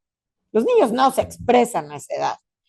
Que ama al papá, que le preocupa a su papá, que su papá la quiere muchísimo. Cuando le toca estar conmigo, la niña llora y se quiere ir con el papá, pero no sé qué está pasando. A ver, en primer lugar y tiempo, vamos a la psicóloga. Tengo una buena psicóloga, ¿les puedo dar el contacto? Le digo, vamos a ver qué tiene el niño, porque saben que hay padopsiquiatra y que el ejercicio lúdico y que a los menores de 5 años, si tú vas por una denuncia al Ministerio Público o al Secofam por un niño de 5 años, ¿qué te dicen? Todavía no es sujeto de ser escuchado. Que se regrese. Entonces le dije a la psicóloga, oye, esta niña maneja esto y esto y esto. Nada más se lo dije y me dice, la niña padece abuso sexual. Y yo, ¿qué? Me dice, sí, ok. Entonces, lleva a la mamá a la niña y en el momento en que termina con la niña me marca de inmediato la psicóloga. Me dice, sí hay abuso sexual. Hay tocamientos, hay besos, se bañan juntos, duermen juntos, sí, hay caricias, todo el cuerpo. Y el papá le dice a la niña, este es nuestro secreto porque yo te quiero muchísimo. Y esto no se lo digas a nadie porque si se lo dices a alguien ya no te voy a poder ver. ¿De cuánto nos queremos? Tenemos que identificar, abogados, que una violación duele, el abuso sexual no duele.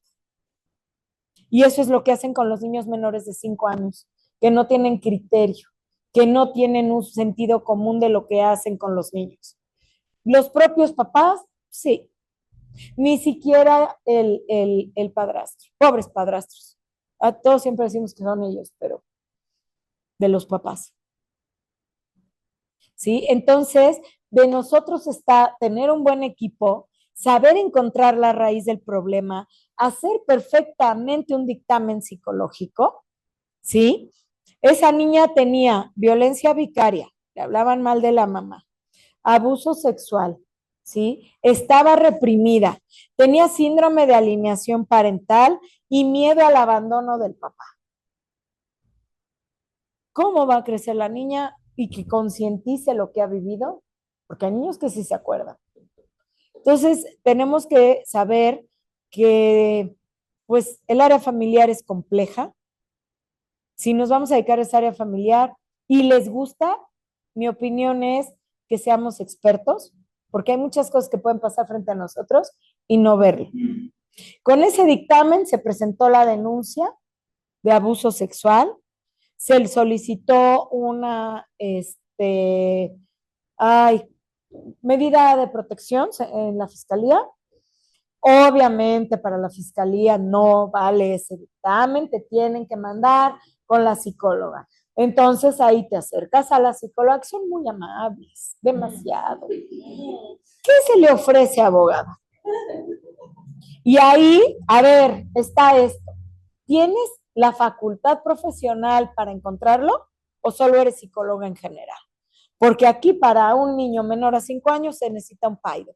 ¿No lo tienes? No voy a revictimizar al niño. Otra cosa que está en el protocolo, la no revictimización. Tú no puedes someter a un niño a 3, 4 dictámenes. ¿Por qué? Porque les hace daño. Tú tienes el derecho a presentar tu dictamen cuando es un tema grave, ¿sí? Y decir, juez, aquí está, te mando la ratificación por la psicóloga. Ya te lo traigo porque tengo al niño. Si no tengo al niño, pues ofrezco la psicóloga y los puntos concretos. Pero si ya traemos un dictamen, jueza, te pido la no revictimización de aquí a 6 meses. Y te aviso que el niño ya está yendo a terapia, por si de aquí a 6 meses ya está curado y ya lo ves como si nada. ¿Por qué? Porque esto no puede esperar. ¿Sí? O sea, pero sí es luchar con las autoridades. Algo que yo hablaba con la jueza Blanca Laura es que no le dan valor a los dictámenes particulares porque se presumen parciales. Pero yo digo, o sea, un psicólogo trabaja y te cobra por el dictamen. A mí me dicen, oye, María Elena, ¿sabes qué? Observé violencia. Ok, desarrollalo completo. Oye, María Elena, observé abandono. Ok, pues entrevista al niño que te haga los dibujitos y desarrollalo completo. Desgraciadamente nunca te van a decir no encontré nada. Todos tenemos temas psicológicos, tanto adultos como niños, ¿no? Entonces, bueno, si encuadra en lo que me están diciendo, perfecto. Si no encuadra, podemos encontrar otras cosas, como en ese asunto que fue el abuso sexual. La mamá se moría. Entonces, obviamente, pedí la medida cautelar. En un acuerdo de 24 horas, la jueza de Cholula, la del primero familiar, muy buena, la jueza el procedimiento escrito, de inmediato en 24 horas me suspendió el ejercicio de las convivencias. De inmediato. En lo que son peras o manzanas, no voy a exponer al niño. Otros jueces dicen, no, no está aprobado. Tenemos que ver si sí es cierto. Perdonen mi sarcasmo, pero realmente es desesperante ver cómo pues hay tanta problemática en las familias y en las autoridades. Entonces, tenemos mucho trabajo por hacer. La tarea es complicada. Ahora, seguimos. ¿Qué herramientas son las indicadas para la autoridad para determinar la custodia del niño y las visitas? Lo más importante, evaluaciones psicológicas de los padres y el menor. Ojo, si vemos que es una mamá, que me acabo de separar, abogada, estoy peleada con el señor, no tengo diálogo, pero yo siempre me hice cargo de mis hijos, el papá trabaja, va y viene de México a Puebla, pues quiero demandar la custodia. Obviamente, podemos ahorrarnos la pericial privada y ofrecer ante el SECOFAM, porque el niño puede tener cierto trastorno por la separación de los papás, pero al final de cuentas, si siempre está con la mamá, lo va a decir. Si sabe que el papá unos días sí y unos días no, pues también lo va a decir. Entonces, digo, no todo tiene que ser tan dramático, ni tan grave, pero ahí considero importante que el SECOFAM haga lo suyo. Tenemos que descartar en los niños alineación parental, violencia vicaria, física, abuso sexual y bueno, obviamente violación, que eso ya es algo muy grave. ¿Sí? Para todo eso se recomiendan pruebas periciales por peritos de parte. También está el Centro de Convivencia Familiar, testigos, informes de trabajadores sociales, la entrevista con el niño, la escucha para tomarlo en cuenta, tomar en cuenta al Ministerio Público, ver en caso de maltrato si hay denuncia. Y aquí está, utilizar el protocolo de actuación para quienes imparten justicia en casos que involucren niñas, niños y adolescentes. Existe un segundo protocolo, abogados, maravilloso. Protocolo para juzgar con perspectiva de infancia y adolescencia. ¿Alguien lo conoce?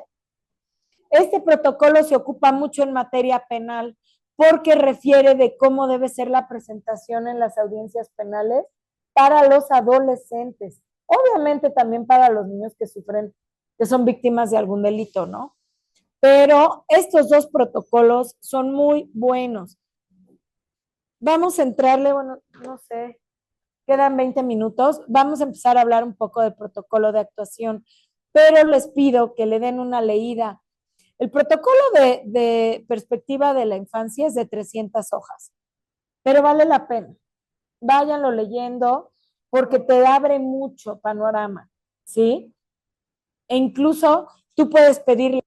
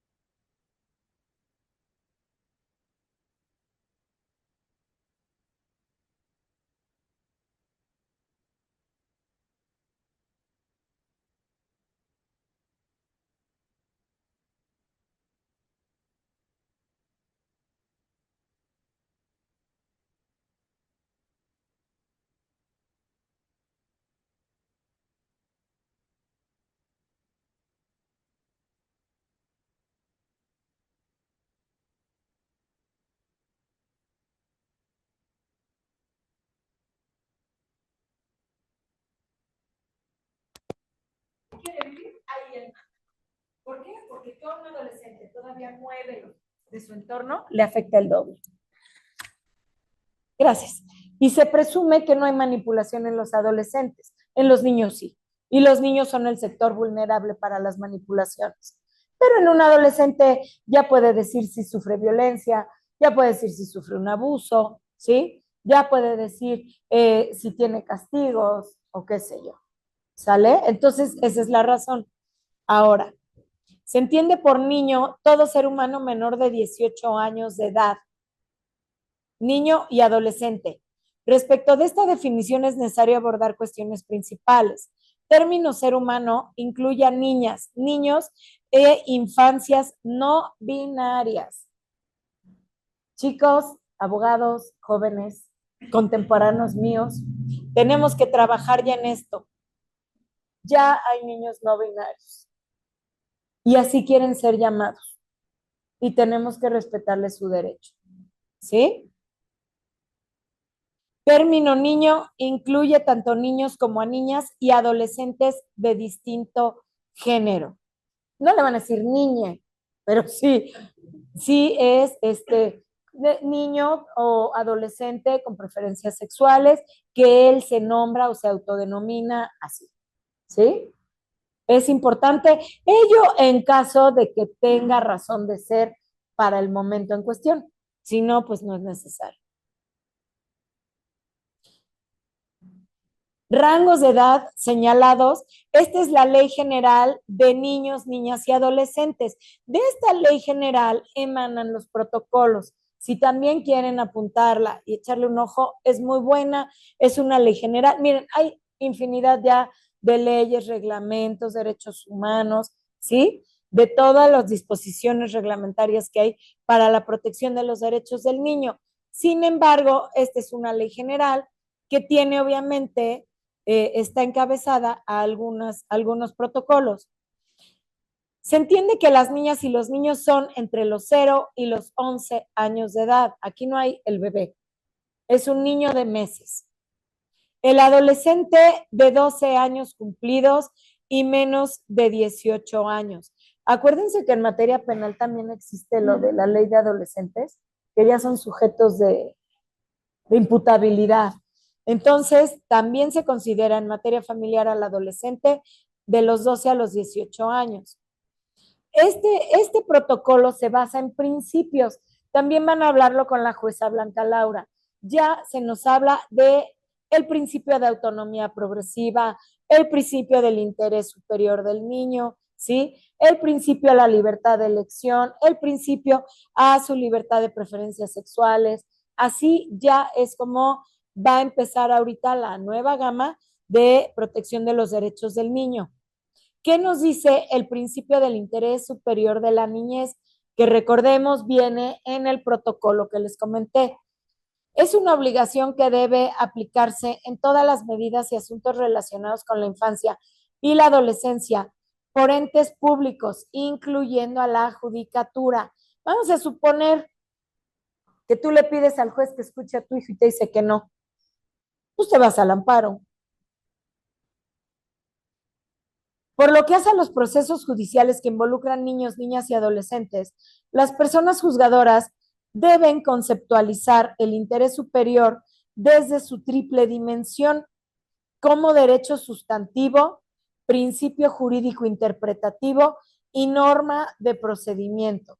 Esta es la dimensión del interés superior del niño. ¿Por qué hablamos del derecho sustantivo?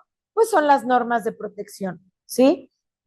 Lo que dice que el derecho a la guarda y custodia, el derecho en el artículo 4 de la Constitución, que dice la norma que tiene derecho a la protección de salud, tiene derecho a la escuela, tiene derecho a un sano esparcimiento, etcétera, etcétera. Ese es el derecho sustantivo. El principio jurídico interpretativo, esta es la valoración que va a dar la autoridad jurisdiccional de acuerdo a las necesidades propias del niño. ¿En qué se van a basar para eso? En el estudio socioeconómico, en el material probatorio, en el concepto sociocultural. Por ejemplo, nos toca una familia con posibilidades económicas en donde hay la posibilidad que el papá se lleve al niño a Estados Unidos un año. Bueno, ahí tiene que haber una interpretación del juez para valorar, de acuerdo al nivel socioeconómico, cultural, cómo aplica el derecho sustantivo. Pues si es en mejoría de los derechos del niño, claro que puedo darle la custodia al papá por un año, que nos avise dónde va a vivir, dónde va a estudiar, que se saque una visa temporal por el año que el papá quiere que estudie el niño, etcétera, etcétera. ¿Sí? Y bueno, la norma del procedimiento que ya todos la conocemos, que es la ley adjetiva. ¿Cómo vamos a llevar el juicio? ¿Sale? Este es otro principio, igualdad y no discriminación.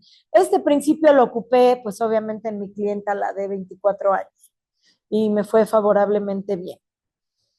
En este principio de igualdad y no discriminación a los derechos del niño, dice, la Suprema Corte de Justicia de la Nación determinó que resultaba legítimo que el orden jurídico estableciera normas específicas para niños, niñas y adolescentes con la finalidad de protegerlas de accionar violento, coercitivo o abusivo de las personas adultas. La Suprema Corte reconoce que dicha protección está sustentada en los derechos de los niños, niñas y adolescentes, a la igualdad y no discriminación, a la integridad y dignidad personales y a una vida libre de violencia. Debemos de recordar, abogados, que existen 4 sectores vulnerables en la sociedad. Son los niños, niñas y adolescentes, las mujeres, personas de la tercera edad y discapacitados. Son los 4 sectores vulnerables en materia familiar. Luego, entonces, cuando nosotros tenemos que defender esa vulnerabilidad, tenemos que pedir el principio de equidad y no discriminación, ¿sí? Así como juzgar también con perspectiva de género para efectos de que la mujer se encuentre en una situación vulnerable. Ojo, solo en caso de que esté en una situación vulnerable.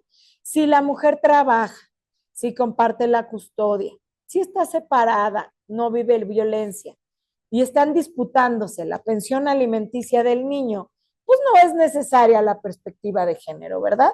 ¿Por qué? Porque la mujer tiene, la madre, un medio ambiente socioeconómico estable que le permite llegar a juicio, compartir una custodia y pelear obviamente el derecho de pensión alimenticia. Ahora, ¿en dónde se pide la perspectiva de género? En muchas ocasiones, en la pensión alimenticia para la mujer. ¿Sí? Como ustedes bien saben, y me adelanto un poquito para hablar del capítulo de alimentos, la necesidad alimenticia en los niños y adolescentes se presume, pero en las madres no, hay que acreditarla. Y siempre todos los abogados que llevan, o en su momento llevamos al papá, ¿qué decimos? Puede trabajar, ¿no? Y yo, pues sí, no está manca, pero si 20 años se dedicó al hogar y no tiene carrera y vivió de ti, ¿cómo va a trabajar? Ahí es donde se pide la perspectiva de género. ¿Sale? Bueno. Y obviamente en caso de violencia. Ahora, vamos a ver este análisis interseccional. Aquí tenemos que las personas juzgadoras se pueden guiar mediante el reconocimiento de 3 premisas. ¿Por qué esto en el protocolo? Ojo, esto es del protocolo. Tenemos que saber pedir. Digo, hasta a Dios hay que saberle pedir. En materia jurisdiccional, tenemos que tener la premisa de saber pedirle al juez. Si tú vas a solicitar una medida cautelar, pues no vas a llegar a decir, juez, te pido la medida cautelar de la custodia provisional en beneficio superior del interés del niño. Ajá, ¿y por qué? ¿Por qué como una medida cautelar y no como una custodia provisional? Que a final de cuentas una u otra te la dan en la primera audiencia. Porque de la medida cautelar venimos de una situación de que extrajimos al niño en un hecho de violencia. Porque en la medida cautelar son los abuelos los que presentan al niño. Porque en la medida cautelar hubo un abuso sexual y nos surge de inmediato suspender un convenio.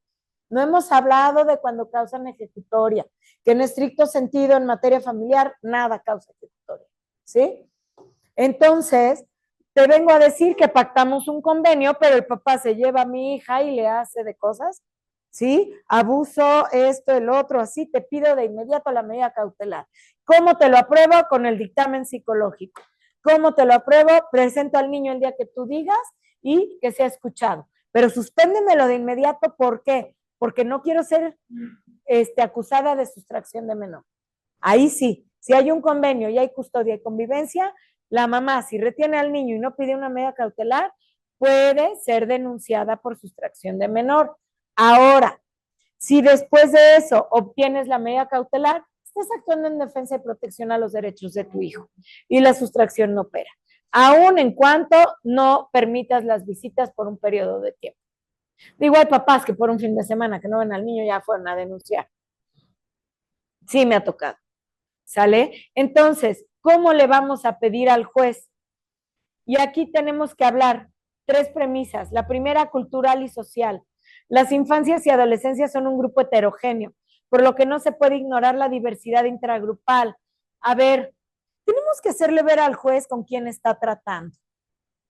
Tenemos que mostrarle con qué familia va a conocer. Les voy a hacer un comentario. Hace algunos años llevé un juicio, llevé como 3 o 4, sustracción internacional de menores. Resulta que el señor se junta, se casa con una gringa, nacen unos niños y pues el señor ejerce violencia contra la esposa le da migración y el papá sale pero por piernas, pero se trae a los 3 hijos. La mamá se vuelve loca, demanda allá en Relaciones Exteriores en el consulado mexicano en Estados Unidos y llega al consulado de Puebla y le asignan al estado parte, bueno, a la autoridad, que en ese entonces era la central de exhortos, ¿no? Me acuerdo. Bueno, ahora no sé, no me han tocado y no sé si ya cambió, pero bueno. Y entonces, pues comparezco yo con el papá y con los hijos. Ahí el delito es sustracción internacional de menor, no la violencia entre el papá y la mamá. Cuando yo presento a los niños, porque también ese código para la ley de sustracción internacional de menores maneja ciertas prácticas y condiciones, entre ellas que se debe de pedir de inmediato antes de que los niños hagan el año de vivir aquí, porque después de vivir un año acá ya están establecidos, entonces vuélvelos a quitar de su medio para regresarlos. Y en efecto llegó a los 3, 4 meses la petición. Cuando comparecen los niños, eran una niña como de 12 años, un niño como de 8 y una niña como de 6, 5, que ya saben que el chiquito sigue a los grandes, ¿no? Lo que digan los hermanos grandes. Entonces, pues obviamente el señor era de Oaxaca, obviamente era una persona autóctona, ¿sí? Y los niños tenían la genética y los rasgos. Cuando son escuchados los niños ante la jueza, le dicen los niños cultural y socialmente, nos queremos quedar aquí. ¿Por qué? Porque en Estados Unidos todos nos hacen bullying. Qué fuerte. Qué fuerte porque la mamá fue una víctima. Le quitaron a sus hijos. Y de la mamá, desgraciadamente, no tenían nada. Todos se parecían al papá. Morenitos, ya saben. Shakirita, decía mi mamá, de pelo de Shakirita. Entonces, pues comparecen y la jueza los escucha y dice, no, los niños ya están aquí en una escuela, iban a una escuela técnica de gobierno, el papá en búsqueda de trabajo, creo que tenía el oficio de la carpintería o instalación de cocinas, algo así que era lo que hacía en Estados Unidos. Y entonces la jueza escucha a los niños y dice, pues es que tienen razón. No puedo deportarlos o reportarlos o reenviarlos cuando los tres me están diciendo que los maltratan en Estados Unidos? Hablo con el abogado de la señora, porque llega un abogado en México que contrata a la señora con un poder del consulado mexicano. Ella no vino. Empiezo a hablar con el abogado, le digo, a ver, abogado, yo puedo entender el tema de la violencia, puedo entender la sustracción. ¿Qué hacemos con esto? No, abogada, sí está dificilísimo. Una de ellas muy gordita, la mayor. No, que además de morenita, pues gordita. ¿Sí? El niño, no, pues que es su carita, que su entorno, su color. El niño chiquito estaba más clarito, pero dices, bueno, también, ¿no? Entonces, ¿qué es lo que dijo la jueza? Si no llegan a un acuerdo, voy a decretar que se queden. Ahí los jueces nos dan luz. ¿Por qué? ¿Qué tiene que hacer el abogado? También ocupar los puntos básicos. Tienes que tener la astucia para saber por dónde vas a ganar. Y siempre en beneficio de los niños. Cuando el papá llega al despacho, me presenta a los niños y yo le dije, señor, déjeme hablar con sus hijos. Digo, obviamente un abogado que va a estar hablando con los hijos, ¿verdad? Pero yo siempre lo hago. A ver, mira, yo soy tu abogada, quiero ayudarte, ¿qué es lo que tú quieres? Yo ahí me doy cuenta si el niño viene manipulado, si viene espantado, si realmente quiere estar con quien quiere estar, si se me pone a llorar, si se pone tembloroso, si no levanta la vista. Hay muchos elementos que podemos tomar algún cursito práctico para darnos cuenta de cómo son las cosas. Y aún así, no podemos ir en contra de nuestro cliente, pero sí le podemos advertir. El niño tiene esto y esto y esto y tú sabes. Hay un riesgo, pero vamos a hacer el seguimiento y lo mejor para los niños. Bueno, en ese caso hablé con los niños y me dijeron, ¿sabes qué? No nos queremos ir, está horrible. Porque parece que estaban por Detroit, que ya son casi burgueses pegados a Canadá, que son más blanquitos, más blanquitos. Y entonces no queremos, nos tratan súper mal, nos pegan, nos quitan la comida, nos avientan cosas, no tenemos amigos en el salón de clases. Es más, mira mi celular con amenazas, con groserías, porque también debemos entender que en Estados Unidos, ya como comentario cultural, pues de Texas para acá somos puros mexicanos, ¿no? Pero ya lo que es el centro y el norte del país, excepción de Nueva York, ya casi hay raza pura, ¿no? Entonces, pues sí se vuelve más controversial y a los mexicanos no nos quieren, a los latinos en general.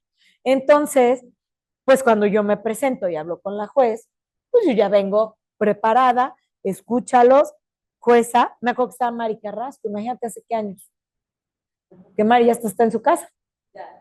Bueno, y entonces, pues sí, salió la jueza, dice, no, estos niños no se pueden ir por violencia, shalala. Entonces, ahí el señor habla con la mamá, nos señalan una nueva audiencia y llegamos al convenio.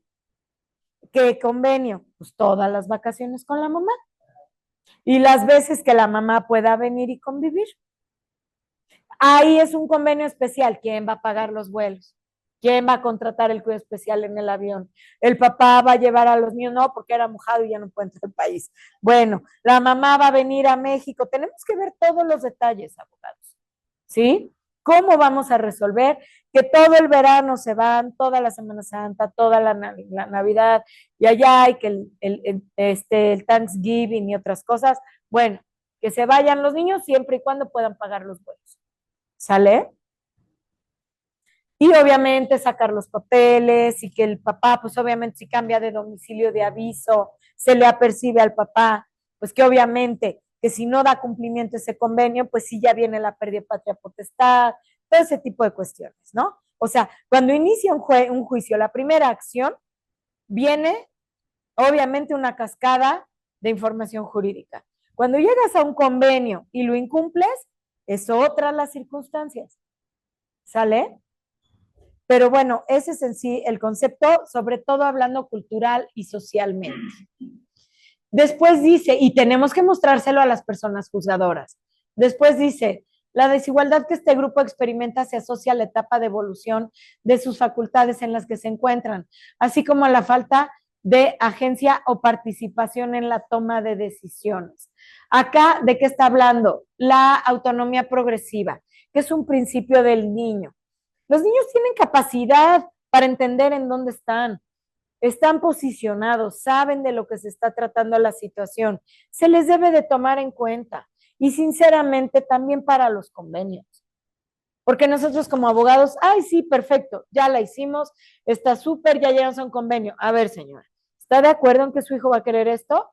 ¿O va a venir al mes a decirme que está pegado a la pata de la cama y que no lo puede mover porque no se quiere ir? No, sí, abogada, sí. Ah, bueno. ¿Sí? Entonces eso refiere esto. ¿Y por qué? Porque hay que ofrecerle al juez las pruebas pertinentes.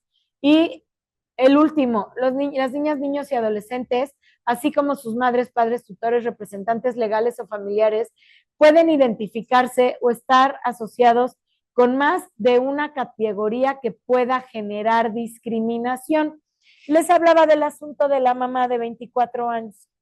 La edad, su cuestión de salud, la falta de potencial económico, no tenía posibilidades, no tenía estudios, ¿sí? Su discapacidad física. Entonces, también todo eso hay que hacerlo ver al juez, tanto por las partes como de los niños. A ver, juez, sí, aquí hay una situación, el papá tiene tiempo porque cobra rentas y tiene posibilidades, pero a los niños les pega, a la mamá la trata como inútil, le da 5,000 pesos mensuales, cuando gana $500,000 y se gasta 200,000 en casinos. O sea, tenemos que hablar del equilibrio de derechos, la equidad de género. Y ahí ustedes pues tendrán que hacer su interrogatorio cuando llegan los clientes, que tomen el asunto, bueno, vamos a trabajar, cuáles elementos ves en los que estás en desventaja, por qué sientes que estás en desventaja, qué pruebas tenemos para acreditarlo, etcétera, etcétera. ¿Sí? Con todos esos elementos, creo que podemos darle un perfecto análisis al juez de nuestro caso. Porque, ojo, abogados, no todo es suplencia de la queja. En todos los amparos, suplencia de la queja, suplencia de la queja. Y está bien, la ley de amparo lo requiere así, lo permite así. Pero no podemos decir, ay, el juez dijo que no nos dan la custodia, cuando nosotros no hicimos bien nuestro trabajo. Tenemos que hacer nuestro trabajo impecable. Y si aún así a la jueza se le ocurre algo, bueno, pues hacerlo. ¿Sí? Ese es el concepto hasta hoy. ¿Qué opinan, abogados? ¿Alguna duda? ¿No? Bueno, abogada, acuérdate dónde nos quedamos. Mañana continuamos. Muchas gracias.